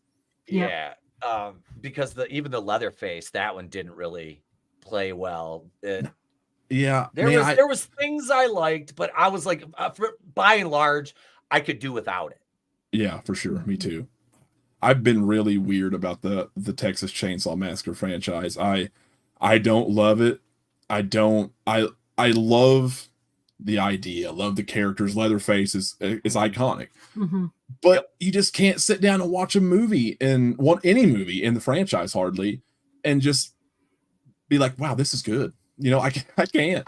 Now, I guess I take that back. There's one movie, the remake of the original, I liked, and the original has a special place in my heart just because of where it came from. But it's the original, but it's not good. Like, it's really not that good to me, other than a few scenes. I think really the sounds, him opening the door and cracking the guy in the head with the hammer, lifting the girl up, put her on the hook for the first time. Some of the cinematography, some of the visual shots in that film, like that walk up with her coming to the farmhouse for the first time, and it's kind of shot underneath her. And like I said, I'm not a film expert, but I really appreciate shit like that. Other than that, there's not a lot in the Texas Chainsaw Massacre series that I love. I love the game. The game is the new game. I love it. It's awesome. I've never played it. I love it. I've heard it's good though. I think it's good. I mean, it reminds me of the Friday the 13th game. It's a lot like that. Same people. Yeah, that was one of the things there. I threw this on the outline. They're modding. There's people modding the Friday the 13th game to bring it back, which is cool. I think that's cool. I never got a chance to play it. I never got a chance. Oh, you didn't? No, man. When it was really glitchy. The servers were kind of wonky at times. But for the first of its kind, it was, that I remember anyway, it was solid, man. I love it. And they really, even though it didn't play the smoothest, the atmosphere, the visuals, everything, like just the attention to detail, you could tell they cared about the product. And that's something I really appreciate. And I think that they did that for Texas Chainsaw Massacre. I really appreciate studios or company, even game studios, that pay attention to detail. They did, like, Terminator Resistance came out a few years ago. I think it's Resistance. I think that's what it's called. and it's more of a future war type game, and it looks like Terminator 1 and 2's future, not the shit that you see in like Salvation. And then they just came out with the RoboCop game. It's the same company, and just it's not a AAA game, but the attention to detail and the respect they paid to that first game. They brought Peter Weller back as the voice, and it was amazing, and I love that. Yeah, RoboCop is another movie that is just fantastic. I love that RoboCop. movie. I love it. Yeah. I saw that when I was 7 or 8, and because my dad's a retired Detroit cop, so I watched that. It was like me, him, his ex-partner from the force, and his son, who was my age. We're all watching it together. And I remember the only part we couldn't watch was when Miguel Ferrer was snorting coke off her tits. That was the only part we couldn't watch. Damn it. And it was like I was watching it with my son. We watched it a couple weeks ago because like he'd never seen the movie, but he watched the movies that made us on Netflix. I got up one morning, he's sitting there watching the RoboCop movies that made us, and I'm like, did you put this on, buddy? He's like, yeah. He goes, this is kind of cool. And we get in the truck, and he plays DJ with my phone and plays music through the Bluetooth, and he puts on the RoboCop score, the actual theme. Oh man. I'm like, all the feels all come right, back. bud. Yep. I'm like, yeah. So it is. It's something, like I said, we got to watch it recently. So I got to watch 2 and 3 with him. I'm like, you gotta remember. I'm like 2 and 3. I'm like, 2 is okay. 3 rough. 3's rough. Yeah. But no, that's another one that's almost like a sci-fi horror kind of movie, which if you really look at it, it does have horror aspects to it. It does. It does. Which is everything with Alex Murphy's death just Yeah. traumatized me as a kid because I watched it way too young. I mean, I really did. It traumatized me. I'm an 80s kid, so yeah, it was like I got everything just like 6, 7 years old. Here you go, watch this with your older cousins. Okay. Yeah, all right. Yeah, I watched shit way too young, and you know, I was born in the late 80s, so I missed out on that. But that's my jam, man. I love all that shit. Still my favorite decade. Absolutely. Yeah. There's never, I don't think there's been a better decade for horror than the 80s. I mean, arguably the 70s, but you were talking about Texas Chainsaw Massacre. I think they were just starting to find their place in the 70s. You know, there's a lot of that really gritty almost snuff film type. You know, you had Last House on the Left. It was really I was going to bring that up. Really rough. But I think by the time Halloween come out, they were really starting to find their ground, you know. And then you had the Friday the 13th and all the copycats and all that shit. But I think it really found its place, especially with practical effects and everything in the 80s. Mm-hmm. Oh yeah. Yep. Just watched Texas Chainsaw Massacre a couple of months ago. My wife had never seen it, so we watched it because I wanted to get her opinion of it, you know, because I'm like you on that one. I can take or leave it. Like I've seen it a dozen times in my life. I've seen a couple of the sequels. The remake was good. The remake was good. Arlie Ermy, I mean, yes, dude, he's rest in peace, Gunny. Arlie Ermy is fucking amazing. Yeah. But no, man, it was well done, and plus, I mean, Jessica Biel. You know. Oh, absolutely, yeah. Isn't it crazy how Texas Chainsaw Massacre, especially that original, it's so iconic in so many ways. It really burns in your brain. But as a movie, it's just not that great. It's my personal opinion. You know, anybody can disagree with me, but it's just so amazing how something so iconic it can burn in your brain and it's not be that good of a movie. Yeah, it's just, you know. Yeah. Mm-hmm. Oh, go ahead, Trina. Oh no, I'm just agreeing. Yeah, I feel the same way. It's like, it's strange because I love the movie, the original, because it's the original. But yeah, it's really not a great movie. That's strange to me. It is. It's just so weird how, I don't know. It's hard to explain, but yeah, at least you understand kind of what I'm coming. Totally understand. I can't even think of another movie that I feel that way towards, actually. Yeah. Now that you say that, I don't know if I can either. I can, and you mentioned Brandon, Last House on the Left, the original Wes Craven. I've seen it twice. I've seen the remake, and I'm like, I really don't have a desire to ever watch it again. No, it was just like, I needed to watch this because it's a genre defining movie. One of the first in that horror, almost slasher, not quite there. Because that came out the year before Texas Chainsaw Massacre. I think it was 73 and Chainsaw was in 74. I might have them backwards. That sounds right. I know Texas Chainsaw Massacre was 74. I know that. Yeah. So yeah, Last House on the Left was the year before that. Okay. And you really your start of your slasher stuff there. And then by the time they got to Halloween and John Carpenter in 78, it was like that is a slasher. And then Sean Cunningham says, let's copy it. And then you get Jason, and then Freddy pops up in 84. And you get before that, you had like Prowler and Black Christmas in 74 too. Black Christmas was 74. That's a slasher. Really, Black Christmas could almost be more of the godfather of slashers than Halloween, but it just didn't resonate. It wasn't near as big. No. And I think you have to attribute that to John Carpenter and the score. I think that really sets it apart. Yep. Obviously the mask and everything, but you mentioned the score. And Trina, what did I say in our which I think it was Hellraiser? No, Phantasm. We reviewed the entire Phantasm franchise, and I said, most people think that horror is all about the gore, but when you get down to brass tacks, it's the score. It's the score. The way the movie's scored. It ain't the gore, it's the score that makes the movie. That's I like that. With Halloween, without the score, the audiences didn't respond to it. Carpenter scored it, and it's a fucking classic. Yeah, it's a totally different movie without that score, and it's just not. It's not going to be as good for sure. Somebody in the comments said something about "I Spit on Your Grave." That's another one. I don't need to watch it again, but that was rough, man. Yeah. Oh, the remake. Remake of that. The remake was rough too. The whole rape scene in that was like, I was sitting there watching it going like, this is making me uncomfortable. Like I've never seen the original. Never seen the original. See, I can remember. I feel like the original might be worse.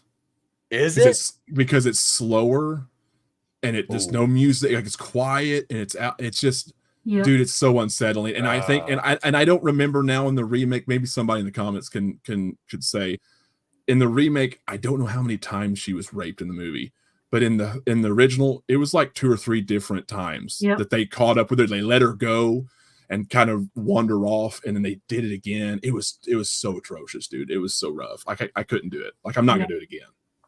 No.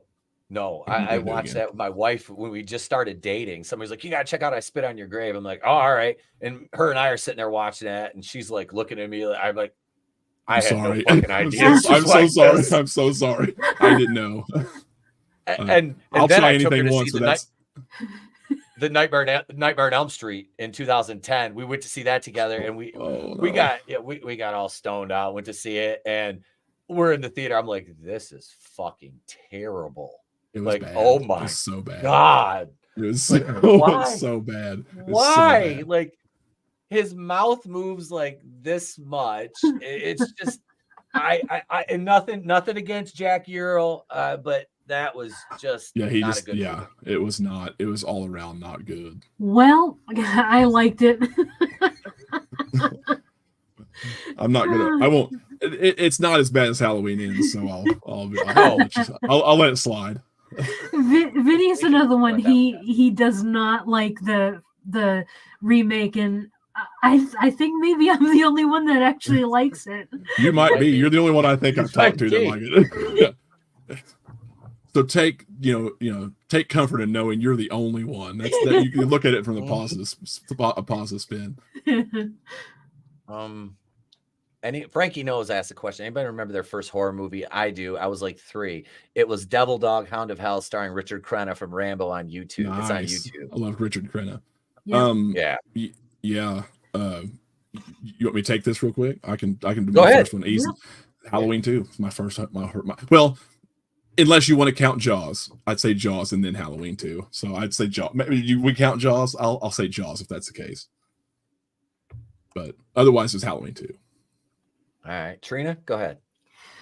My first horror movie was The Exorcist. It's a good one. That's a rough one. as a Very youngster. That's scary. I was young. Yep. I was I was way too young. And I grew up Catholic. And so that was extra scary to me. I guarantee it was. Yeah. So I guarantee it was. Yeah. And you know, it even creeps me out to this day. Yeah, I can see that. That was another one from the 70s we didn't mention earlier that it really it was amazing. It was groundbreaking. And yeah, I agree with you. And that's something that I think a younger person watching it today is going to be like, it's not scary. Yeah. But just think of the time, man. People have not been, what's the word? Desensitized to everything. They haven't seen everything. And on the internet, at this time, that was 74 too, wasn't it? 3 or 4 or 2? What was that? 70. I want to say 72. Oh, what, Exorcist? 72? Yeah, it was early 70s, I think. Oh, really? So so you're talking about a time where just a little. I mean, people running out of theaters throwing up in that during those screenings. I mean, people were so terrified and so disgusted by the shit that Reagan was doing or saying. I mean, yeah, it was rough. Yeah, because I don't think at that time there were any like religious horror movies out. Were there? I don't think so. Not that I know of. Yeah. No, they steered away from doing that stuff for fear of upsetting the religious zealots that would protest the movie because how dare you, and it's like it's a movie. Why? Yeah, I know. But no, that 73 was The Exorcist. That one came out in 73. Okay. So The Omen was around that time too, I think. That's that's right. One. Yeah. And it's funny. Grave Reviews says, I believe my first was Salem's Lot. Still gets me. That was one of the first horror movies that I remember watching because Mr. Barlow outside the window. I will never forget that fucking scene. And that just I think it was Mr. Barlow. I think is the name. That creeped me the hell out. But like the first one that I actually that's the first one that I remember ever seeing. Outside and after that, it was the Universal Monsters were my introduction to some of that Dracula, Wolfman, the Lon Chaney stuff. I've only seen a few of like the Hammer horror, which I want to watch because I absolutely love Christopher Lee. Dude is legend.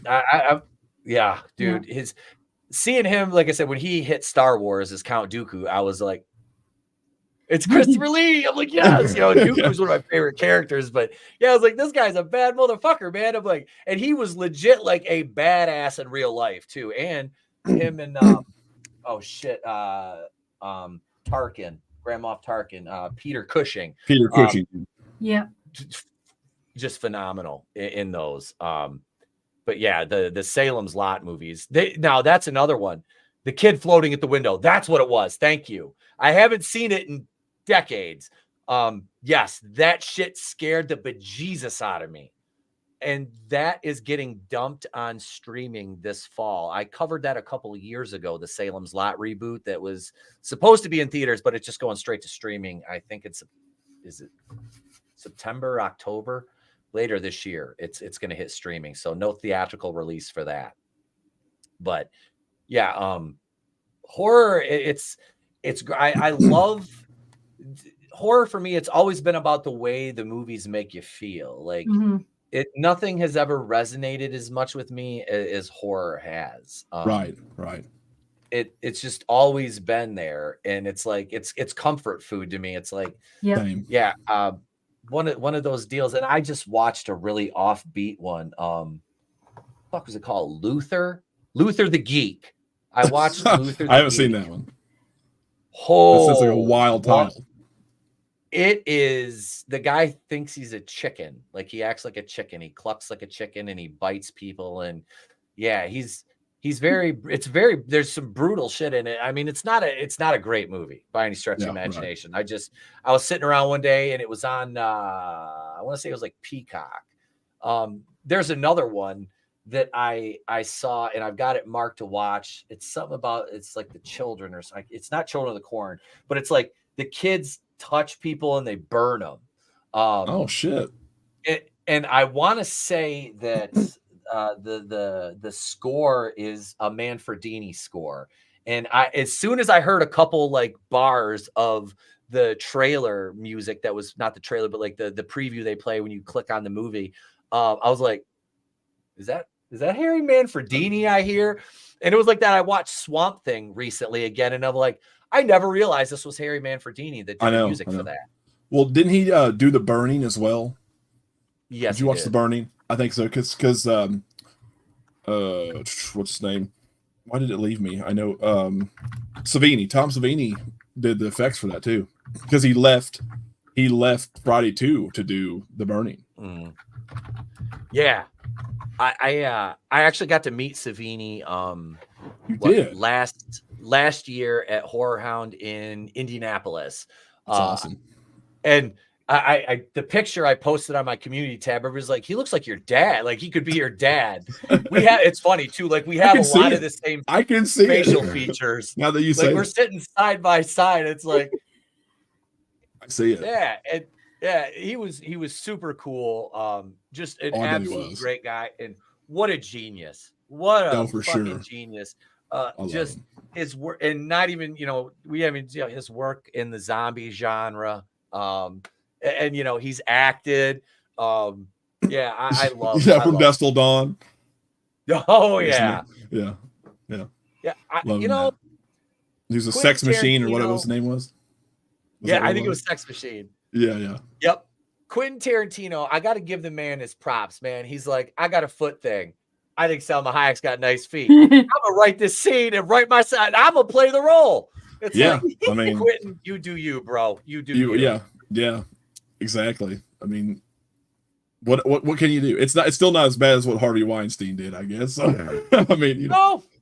So I mean, it's whatever. He's just taking liberties, and she's agreeing. It's okay. Everything's cool. She got paid for it. It's like, I gotta get paid to let this weirdo suck my toes. All right, whatever. Whatever. It's like, I get to be a vampire queen. Why the fuck not? Yeah, exactly. Luther the Geek, I looked that up. That came out in 1989. It's directed by Carlton Albright and released through Troma. Okay. God. Yep. That is there's like, I'm looking here and I'd have to really dig into their like Stacy Hayduke plays like the main character. Edward Terry is the freak.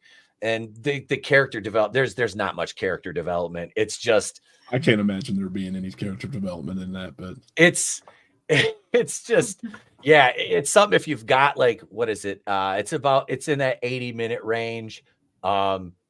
It's exactly 90 minutes. It's an hour 30. Perfect. If you got 90 minutes and you want to sit back and just be like, what did I watch? That's one of those movies.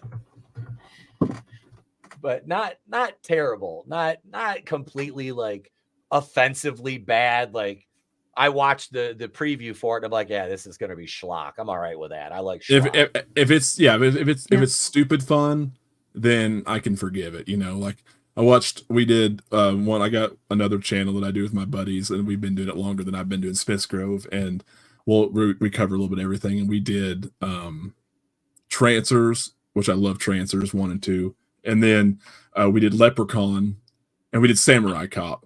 And Samurai Cop is awesome. one of the. It's one of those movies that is so fucking bad.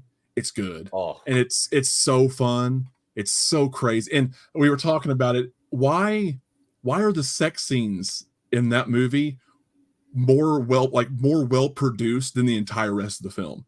If you go back, if you watch this film and you see the sex scenes, the lighting, the sound, the picture, everything is perfect. And like almost like Skinamax quality porn. The rest of the movie is atrocious. You can tell from shot to shot, everything's shot in a different, like with different lighting on a different day. Some people's got wigs, some people don't. It's the craziest thing I've ever seen, and I loved it. But then you watch Leprechaun right after that, and it's just so forgettable. It's so bad. And some people like Leprechaun. That's cool. I hadn't seen it in so long. And I know it's not supposed to be really scary, but it just was just so many. There was not enough kills to keep me interested. And like the pogo stick kill was the best one, and that was terrible. So I'm just, it was so bad, man. Anyway, it just wasn't fun. But Samurai Cop was one of those perfect, terrible movies that are just enjoyable. Dude, Robert Zadar's in it. I mean, I know, right? The real life Glenn Quagmire is in it. Robert Zadar, for sure. And I love this scene with the one blonde cop who is sitting there, and he's going through his dialogue, and you look at him, and he's got coke stuck in his nose. Yes, yes. It's like nobody there. They couldn't be like, cut, dude. Just go like that real quick and just get rid of that. Like, you don't want to waste that. Absolutely. We don't have time. We don't have the budget for this. You just let's just fucking put him in there. No. They're like, fuck it, let's do it. We got to do this. And his line delivery was atrocious. It was amazing. Oh, that movie was like the nurse's lines in that. Yes, where he's like, she's making fun of. Do you like what you see? Yeah. Do you like what you see? Do you want to fuck me? Like, who? What? What is this? Why are we talking about this? Oh God, that was fucking what kind of nurse is this? Dude, and we've done. I know we're getting away from horror here, but we've done a lot of the Andy Sedaris movies here, and I love the Lethal Ladies. Yes, that's going to be something, folks. We're not going to quit doing those, but I'm gonna. Like I said, when I get the Patreon going, we'll do full commentaries on those, and by full I mean MST3K style, like we did for The Crow, which I'm working on getting that one uploaded for you guys, because we just did the 94 Crow movie last week. And Crow. That I hadn't seen it in decades, man. Great fucking movie. And I bought it, and I just didn't watch it. So it was like I streamed it, and we sat here and we watched it, and it was the commentary is a great fucking movie. Did you watch the trailer to the new one? I did. It looks like shit, doesn't it? Yes, it does. Yes, it does. I'm like, okay, I don't need. This is too much John Wick style. Like, thank you. It was Jared Leto's Joker meets John Wick, and I fucking hated every bit. It has no style. It has there's no charm. There's like, you don't have. Nope. I know that the first Crow was early 90s. You had the gothic and the grunge, and everything was really big in the 90s. You can still do that now. That's what the Crow is. Like, that was the charm of Crow, and you did not do that here. You literally just copied John Wick and slapped some stupid fucking tattoos on this dude. I can't do it. Yeah. Oh, it's bad. I won't even watch the trailer. I can't stand that they're remaking it. No. Yeah. I was pissed already that they remade Roadhouse. So but I went ahead and I watched the trailer to The Crow, and it was don't watch it. Save yourself, Trina. It's not good. Nope. Same thing with that. I watched the Roadhouse trailer, and I'm like, I was never gonna watch this movie, and now I'm never gonna watch this movie twice as hard. Exactly. Yeah. I will make it my mission to never watch this. Like, you don't replace fucking Patrick Swayze with Jake Gyllenhaal. I'm like, no. That's like replacing Katie Holmes with Maggie Gyllenhaal. Ew. What the fuck are you doing? Yeah, what the fuck are you doing? Yeah, they definitely went. Yeah, it's a bad deal. And she got the better movie. You know what I mean? She got the better movie. When Heath Ledger walks up to Maggie Gyllenhaal, it totally took me out of the movie, because he's like, "Hello, beautiful." I'm like, "You fucking liar!" You're so fucking nice. You're way too nice. But no, it just those. I don't even know where I was now. I just totally fucking went off script and just But it's fine. It's fine. It tends to happen here. We got off on the Samurai Cop thing. That's what we're talking about. Samurai Cop. Yeah, sorry about that. Was my fault. I get off on tangents on both of my channels, so it's nothing new for me. That's how I do it. My tangents have tangents most of the time, so for sure. I understand. No, it's like we were talking about The Crow though, and we won't even bring up the Eddie Furlong Crow. No, it's not. No, that dude fell from grace, didn't he? I got no hair, and that makes the hair in the back of my neck stand up. You know, it's just like nope. Yeah. Not at all. And I didn't shave today, so there's a little stubble that's poking out there because I mentioned that movie. But yeah, you didn't need a sequel to the original anyway. No, like I'm sorry, it's perfectly self-contained. I really wish that I agree. They would have called The Crow a sequel. Yeah, no one can replace it. Yeah. You can't do that. Yeah, it should have just been another sequel. Yeah, and well, what a shame, man, because Brandon Lee was phenomenal in the original. Like, yeah, for sure.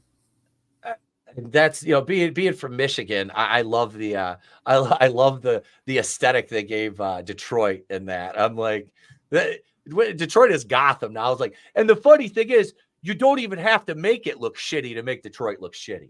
It's like, already shitty. Yeah. It's already that way. Just shoot at night, and you're there.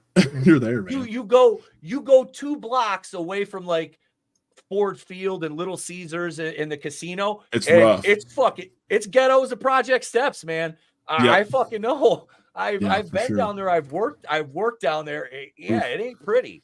I'll stay in Missouri. I don't blame you. I don't blame you. You got it down there with St. Louis though. I mean, that's oh yeah, I'm only a couple hours from there. I try not to go there. I do the west side, St. Charles, that area. That's a much nicer area. Nice. Yeah. Who is it? One of our other co-hosts from our old Wednesday night show was from down there because he always talked. He hung out on the Lake of the Ozarks a lot down there. Yeah, that's about an hour and a half from me. Area. Yeah. Okay. That's been there a lot of times. Look, beautiful area. It's great. Yeah. We got a little bit of everything down here, man. We got rivers, mountains, hills. It's crazy. We got everything. See, I like when I do get out of the studio, I'm a kayaker. I live close to it. Like I have a lake like 5 minutes away from me, so I got a pontoon and shit. That's nice. Kind of my fucking your escapism shit. Yeah. Yep. Get out on the lake, and we're gonna do a live stream from the boat this year. I shot a couple shorts out there last year, but nice. We're going to I got my tattoo artist Nelson came up with his family and got him on the tube out there, and we shot a short with him on the tube, and he's yelling at me the whole time. It was funny. I've been to Michigan. Yeah, it's cool on the left side, the west side of the state, near the lake. It's nice. I used to live over there. I lived over Holland and all that's really nice. Yep. Yeah, really nice. That's a beautiful area. It is. That's what we always jokingly call Grand Rapids, the non-shithole Detroit. It really is. Yeah. Yeah. It is what it is. Yeah, but it's funny because I was talking about my fan film earlier in the Friday the 13th thing, and I said, it needs to stay in the 80s, and I found out I have a thing for decapitations, and I was like, I wrote the ending to the movie first. I started with the denouement of the entire thing, and I went back and I wrote the opening 20 minutes, and I'm like, fuck, I cut 5 or 6 people's heads off. Like I was like, okay, we have to change that. I can't. Yeah. What is that? Louis the or Henry? Which one was it? Was the beheader? I can't remember. Henry VIII, wasn't it? Henry VIII. Yeah, maybe. I'm like, but yeah, I was like, the one of them. Like I had like one of them like Jason fucking just straight up like, and I've mentioned this on the air before, so I'm not giving much away, but it's like just squeezes until his hands meet in the middle and off goes the head, and then he kind of just removes the spine, which I'm like, we're not gonna have the budget for that. Let's axe that one. Another one, this girl. I mean, you could just kill a real person. You can just kill a real person. We're paying $50 for a day's work. It's only a day. Crackhead. Allegedly, YouTube, don't demonetize me. I'm sorry, I just ruined your entire thing. I'm just kidding. No, trust me, we said way worse. You're fine. But the other one was like a stop sign swung like a guillotine when this girl sticks her head out the window, and it just kind of falls and rolls, and then it stops, and here comes the title card. That was nice. I like that. That was how it ended. But yeah, I was like, man, I'm as I'm writing this, I'm like, man, you're writing a multi-million-dollar budget here, bro. Let's scale this back a little bit. Let's back this down to a couple thousand here. Yeah. Yeah, it's like, we ain't a millionaire. We got to work for $1,000 budget here. Let's see how this goes. But I will finish it someday. I will. And it's funny too, because one of my buddies, he's done independent horror, and he knows a really good friend of his is a director, and he's like, get that fucking script done and get it over to him. Yeah, that'd be awesome, man. I've been thinking about doing like a Halloween style myself, just because I'm so sick of the shit they're coming up with. I'm like, I think I could, I see a lot of these horror, like these Halloween fan films on YouTube, and they're amazing. Some of them are just incredible. So I'd love to do that myself. But did you see, was it The Spirit of Haddonfield that came out a couple years ago? Did you watch that one? Possibly. I can't remember I don't remember the title, but I've watched so many of them, I probably have. I'll have to go back and see. That one wasn't that. I didn't think it was that good. It was more walking around than anything else. And I haven't watched it. No, it's been about, I think it came out. It was shortly after the first Womp Stomp, Never Hike Alone came out, which those guys are fucking amazing. Yeah, Never Hike Alone, Never Hike Alone 2, and Never Hike in the Snow. Wow, I was. And they got Tom Matthews, and they got what's his name, Vince, that played Deputy Rick. They got him to come back for Never Hike Alone 2. Yeah, that's awesome. I watched one. Right. I watched one. I think it was another YouTuber, Jimmy Champagne. Is that his name? He did. Yes. He did a Halloween fan film not long ago, and I thought it was pretty good. His. I think it was him. He did a good one, I thought. He's another Michigan guy. It's funny. Okay. I didn't know he's from Michigan, and he mentioned it in a video. He's like, I'm sorry if you hear some background noise, but I live in Michigan, and it is literally below freezing here, and you're going to hear my heater kick on. I'm like, oh shit, you're in Michigan, And I tried to reach out to him, but I'm a blip on most people's radar. I'm like, it doesn't hurt. Yeah. It doesn't hurt to shoot your shot, Yeah, exactly. I know exactly how you feel, though. I'm just getting started myself, so I mean, they're not going to pay attention to me.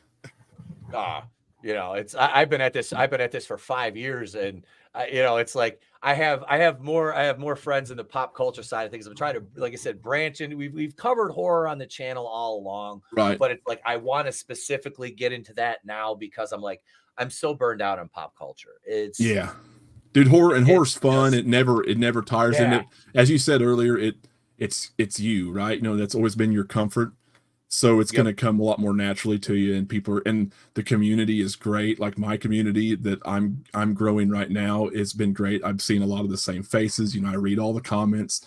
I usually try to respond to everybody, because I'm not getting so many that I can't respond. So I try to communicate with everybody as much as possible, and it's been a blast.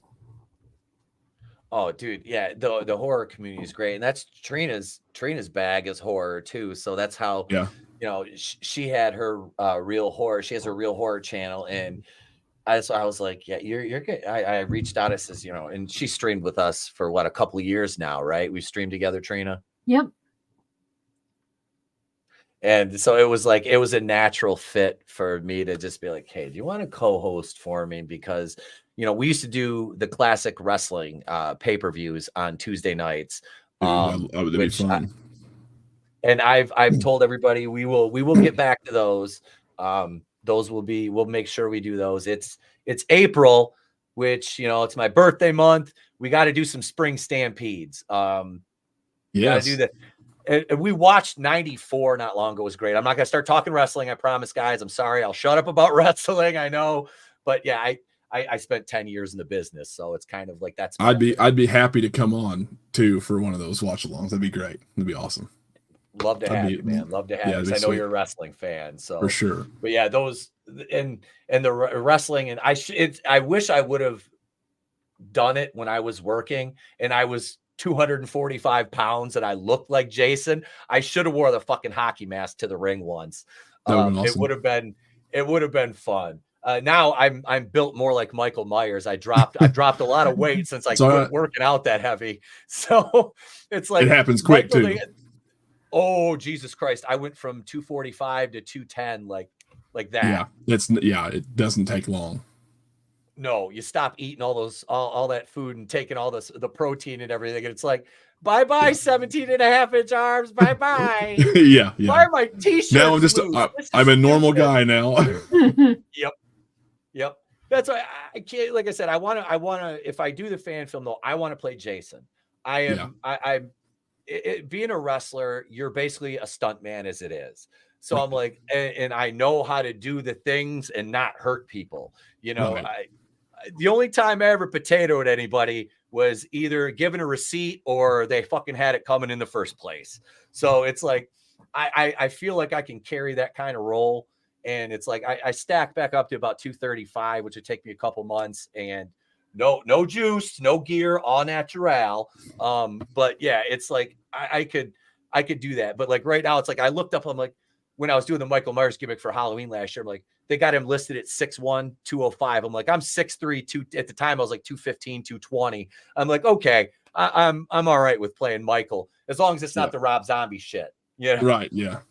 Yeah. Was it so you Tyler about an inch Mane? on me? Is it Tyler Mane? Tyler Mane was he's 7 foot, about 7 foot 6'8", or maybe he's close. Yeah, the guy's a fucking beast. Yeah, I'm about 6'2", 230. So I got some size too. I'm just not muscular anymore. That's to me, like, that's what Jason, which I never really was that muscular anyway. If I had one gripe with the Womp Stomp things, it was just the look of the mask and like the way his head looked. I just, that was the only gripe I had with the whole thing. I was all right with him shooting a bow and doing all that shit, you know. I just, the way the mask fit, I guess. I don't know if it was like a cowl they had on him. It didn't shape right to me. I'd say they did. Probably had some kind of head cowl or something on them. I'd say you're right. Yeah. Because I think this one is I don't know which cowl it is, but like this is the one I have, and it's here. I'll solo this. It's not, I think it's supposed to be the part 7 one. Okay. But yeah, it's got that darker look to it, like it was a later one for sure. Yeah, like 7. Yep. So I picked this up for my Halloween costume, but I need to get the mask. I didn't pay that much for this one. That's why, you know, it was a cheap and easy one. But I want to get like an accurate one with a crack in it, like my logo and like the tattoo has.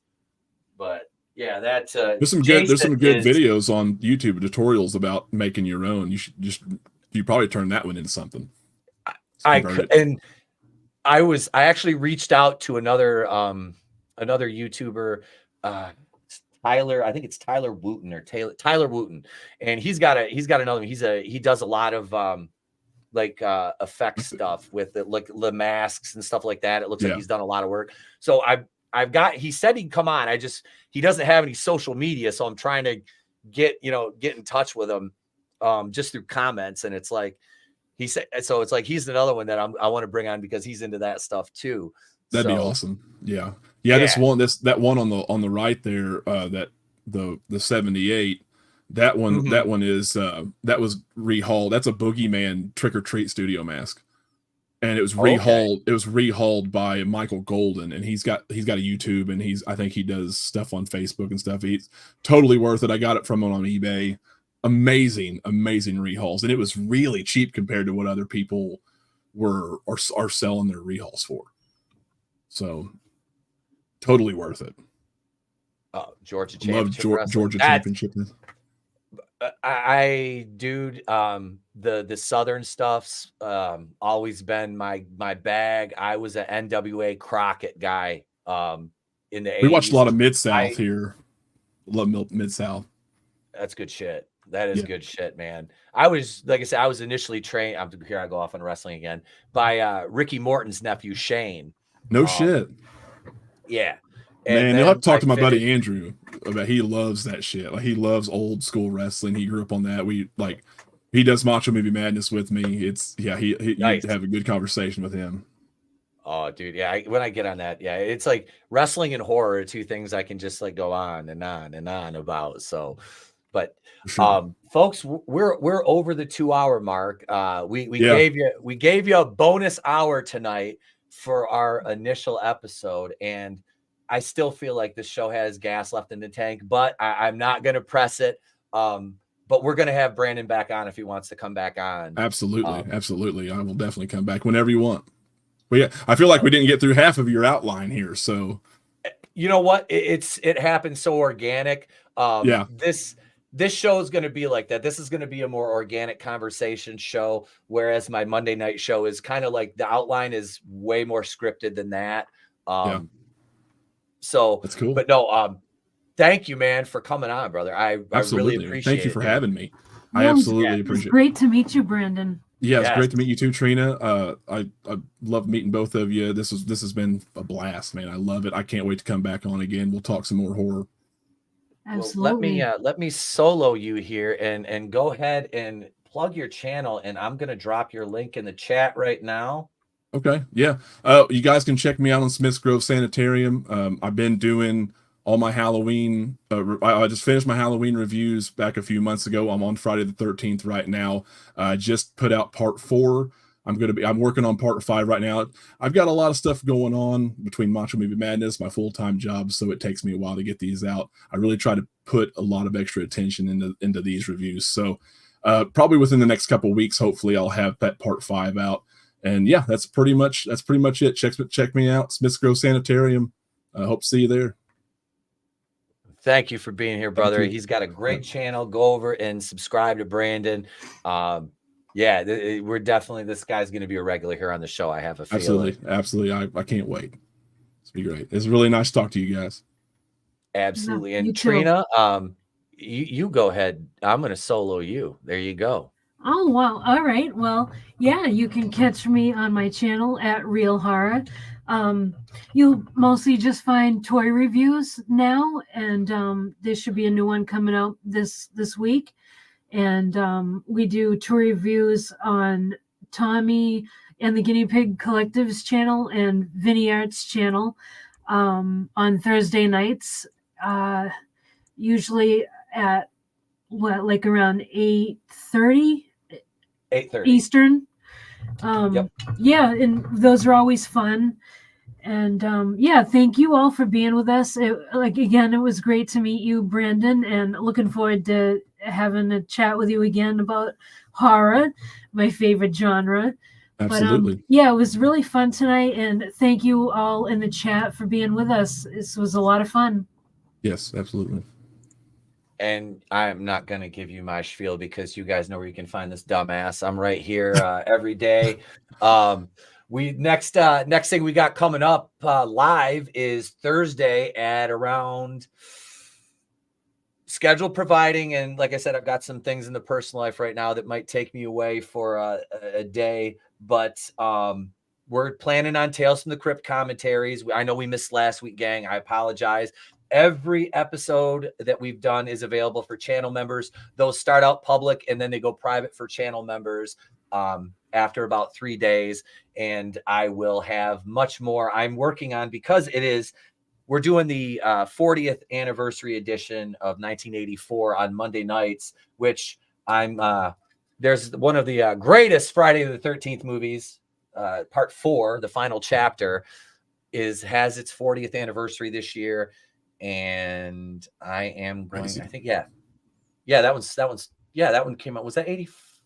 No, okay, 84. Shit. No, 84. It was because they took 83 off. You had 80, 81, 82 with part 3, and then 4 was 84 because they took 83 off. Yeah. So it's 40. I'm old and I'm old and I'm forgetful. You gotta bear with me here, folks. There's a lot of gray in this beard.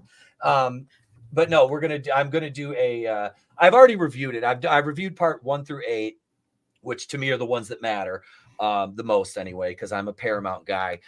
So I did those years ago, and I looked back at one the other day, and I'm like, some of these are good, some of them are eh. I'm gonna go back. I'm not gonna review the movie again. What I'm gonna do is I'm gonna pick out my favorite things and scenes and details about the movie and some other things, behind the scenes stuff that I didn't talk about in the initial review 4 years ago now. 3 or 4 years ago, I did that one. So yeah, we'll have a refresher, 40th anniversary of part 4, because it's a great movie, and yeah, it's fun. I have Trisha's autograph I got J-Man. Really? Yeah, great friend of the channel. Got her autograph. It's personalized. It says "To Pete, you son of a bitch," and I'm like, nice. So that's hanging under my final chapter Nice. poster in the den of horror in my house. So, yeah. Thank you everybody. Frankie knows. Grave Reviews. That's a new name in the chat. Thank you for showing up. Appreciate you. Scrambles the Death Dealer. Lurch Slight Return. Papa Cotton. Vinny. Love you, bro. Vinny's one of the horsemen. Who else we have up in here? Let's see. Let me scroll. I'm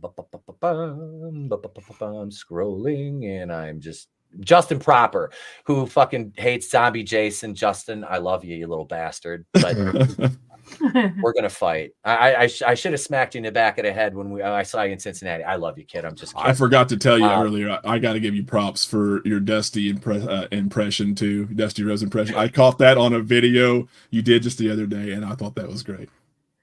Oh, it was the Seth MacFarlane video. Yeah, that's what it was. Yes. Pardon me, if you will, Daddy. If you will. Me, the American dream doth erode, baby. It thody road, the fruit of my loins, Daddy, if you will.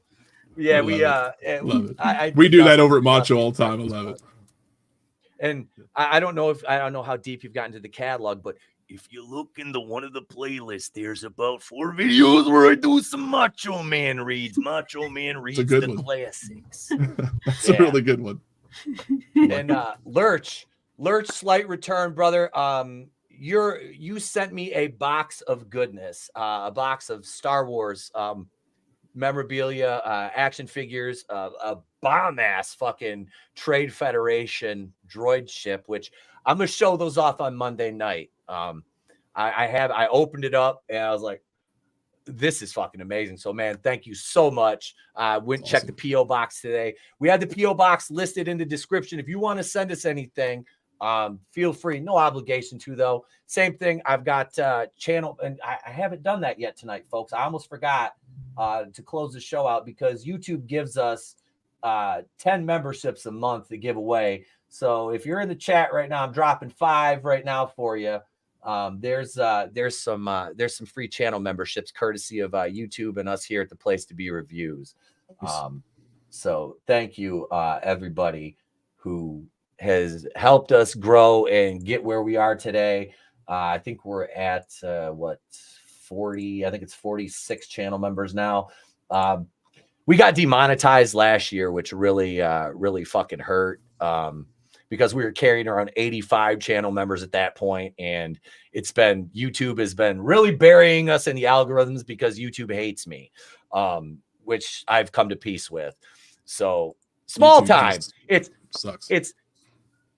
small time Republic looks like Jim Cornette. It's fucking Jim Cornette over here. Where's Brian Last? God damn it! I fucking tell you, Brian Last, I can't watch AEW. Fucking Tony Khan doesn't know how to book. Fucking Pockets over here. Ruining the business, Joey. Never mind. No more wrestling. You ever catch Bruce Pritchard's ridiculous impression of him?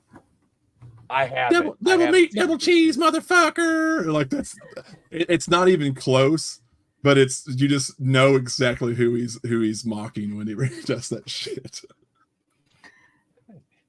I never thought, and I don't know if you've heard, I do a Vince Russo too, which is I did it. My God. I can do like his entire opening to his live streams and his videos, like verbatim. And I never thought I would get to a point in my life where Vince Russo was the voice of. And bro, let me tell you, bro, it's russosbrand.com where the pros are the pros, bro. No, I love Russo. I do. As much as I hated him years ago, it's like I commented on his videos. I'm like, man, I owe you an apology. You're the voice of reason in the wrestling business, which is some people just live long enough to see themselves become the villain, and Russo's the exact opposite, I guess. It's fucking what a redemption arc. I won't call it a huge redemption, but it is something. I'll give you that.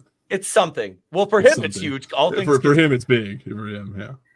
Bro, Judy Bagwell on a forklift, bro. Viagra on a pole, bro.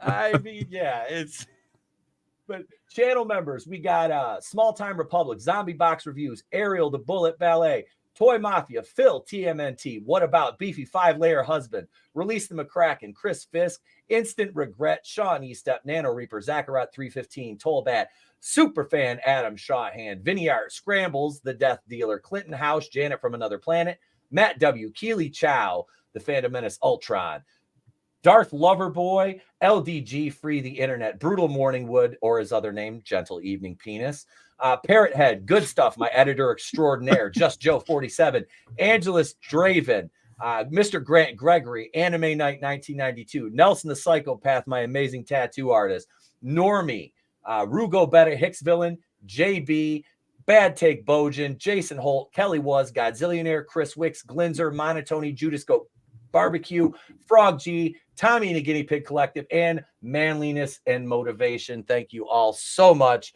for supporting the channel. We truly appreciate you. And Papa Cotton is the second human centipede worth watching. I've never seen the first one. I'm going to say no on both of them. Right. It's just more shock horror shit that I'm not a big fan of. More power to you, but I would not recommend it. You should. I sorry, Kyle. I eat the cuttlefish. Oh, the burrito's so good, though. Yeah, I'm good. I'm good without it. It's a hard pass. Yeah, it's okay to pass on that one. But thank you so much, everybody, for tuning in for the debut of Tuesday Night TerrorVision. Again, thank you to our guest, Brandon from Smith's Grove Sanitarium. Thank you to my amazing co-host, Trina from Real Horror, and all of you in the chat, because if it wasn't for you, I'm just some dipshit yelling into the void on a webcam. So thank you so much, everybody. We appreciate you guys. And you know how we close them out. I'm Etep Okuin from the Place to Be Reviews. We've been here with all you. If we don't see you, have a great day, a pleasant tomorrow. And remember, it's always better to burn out than fade away.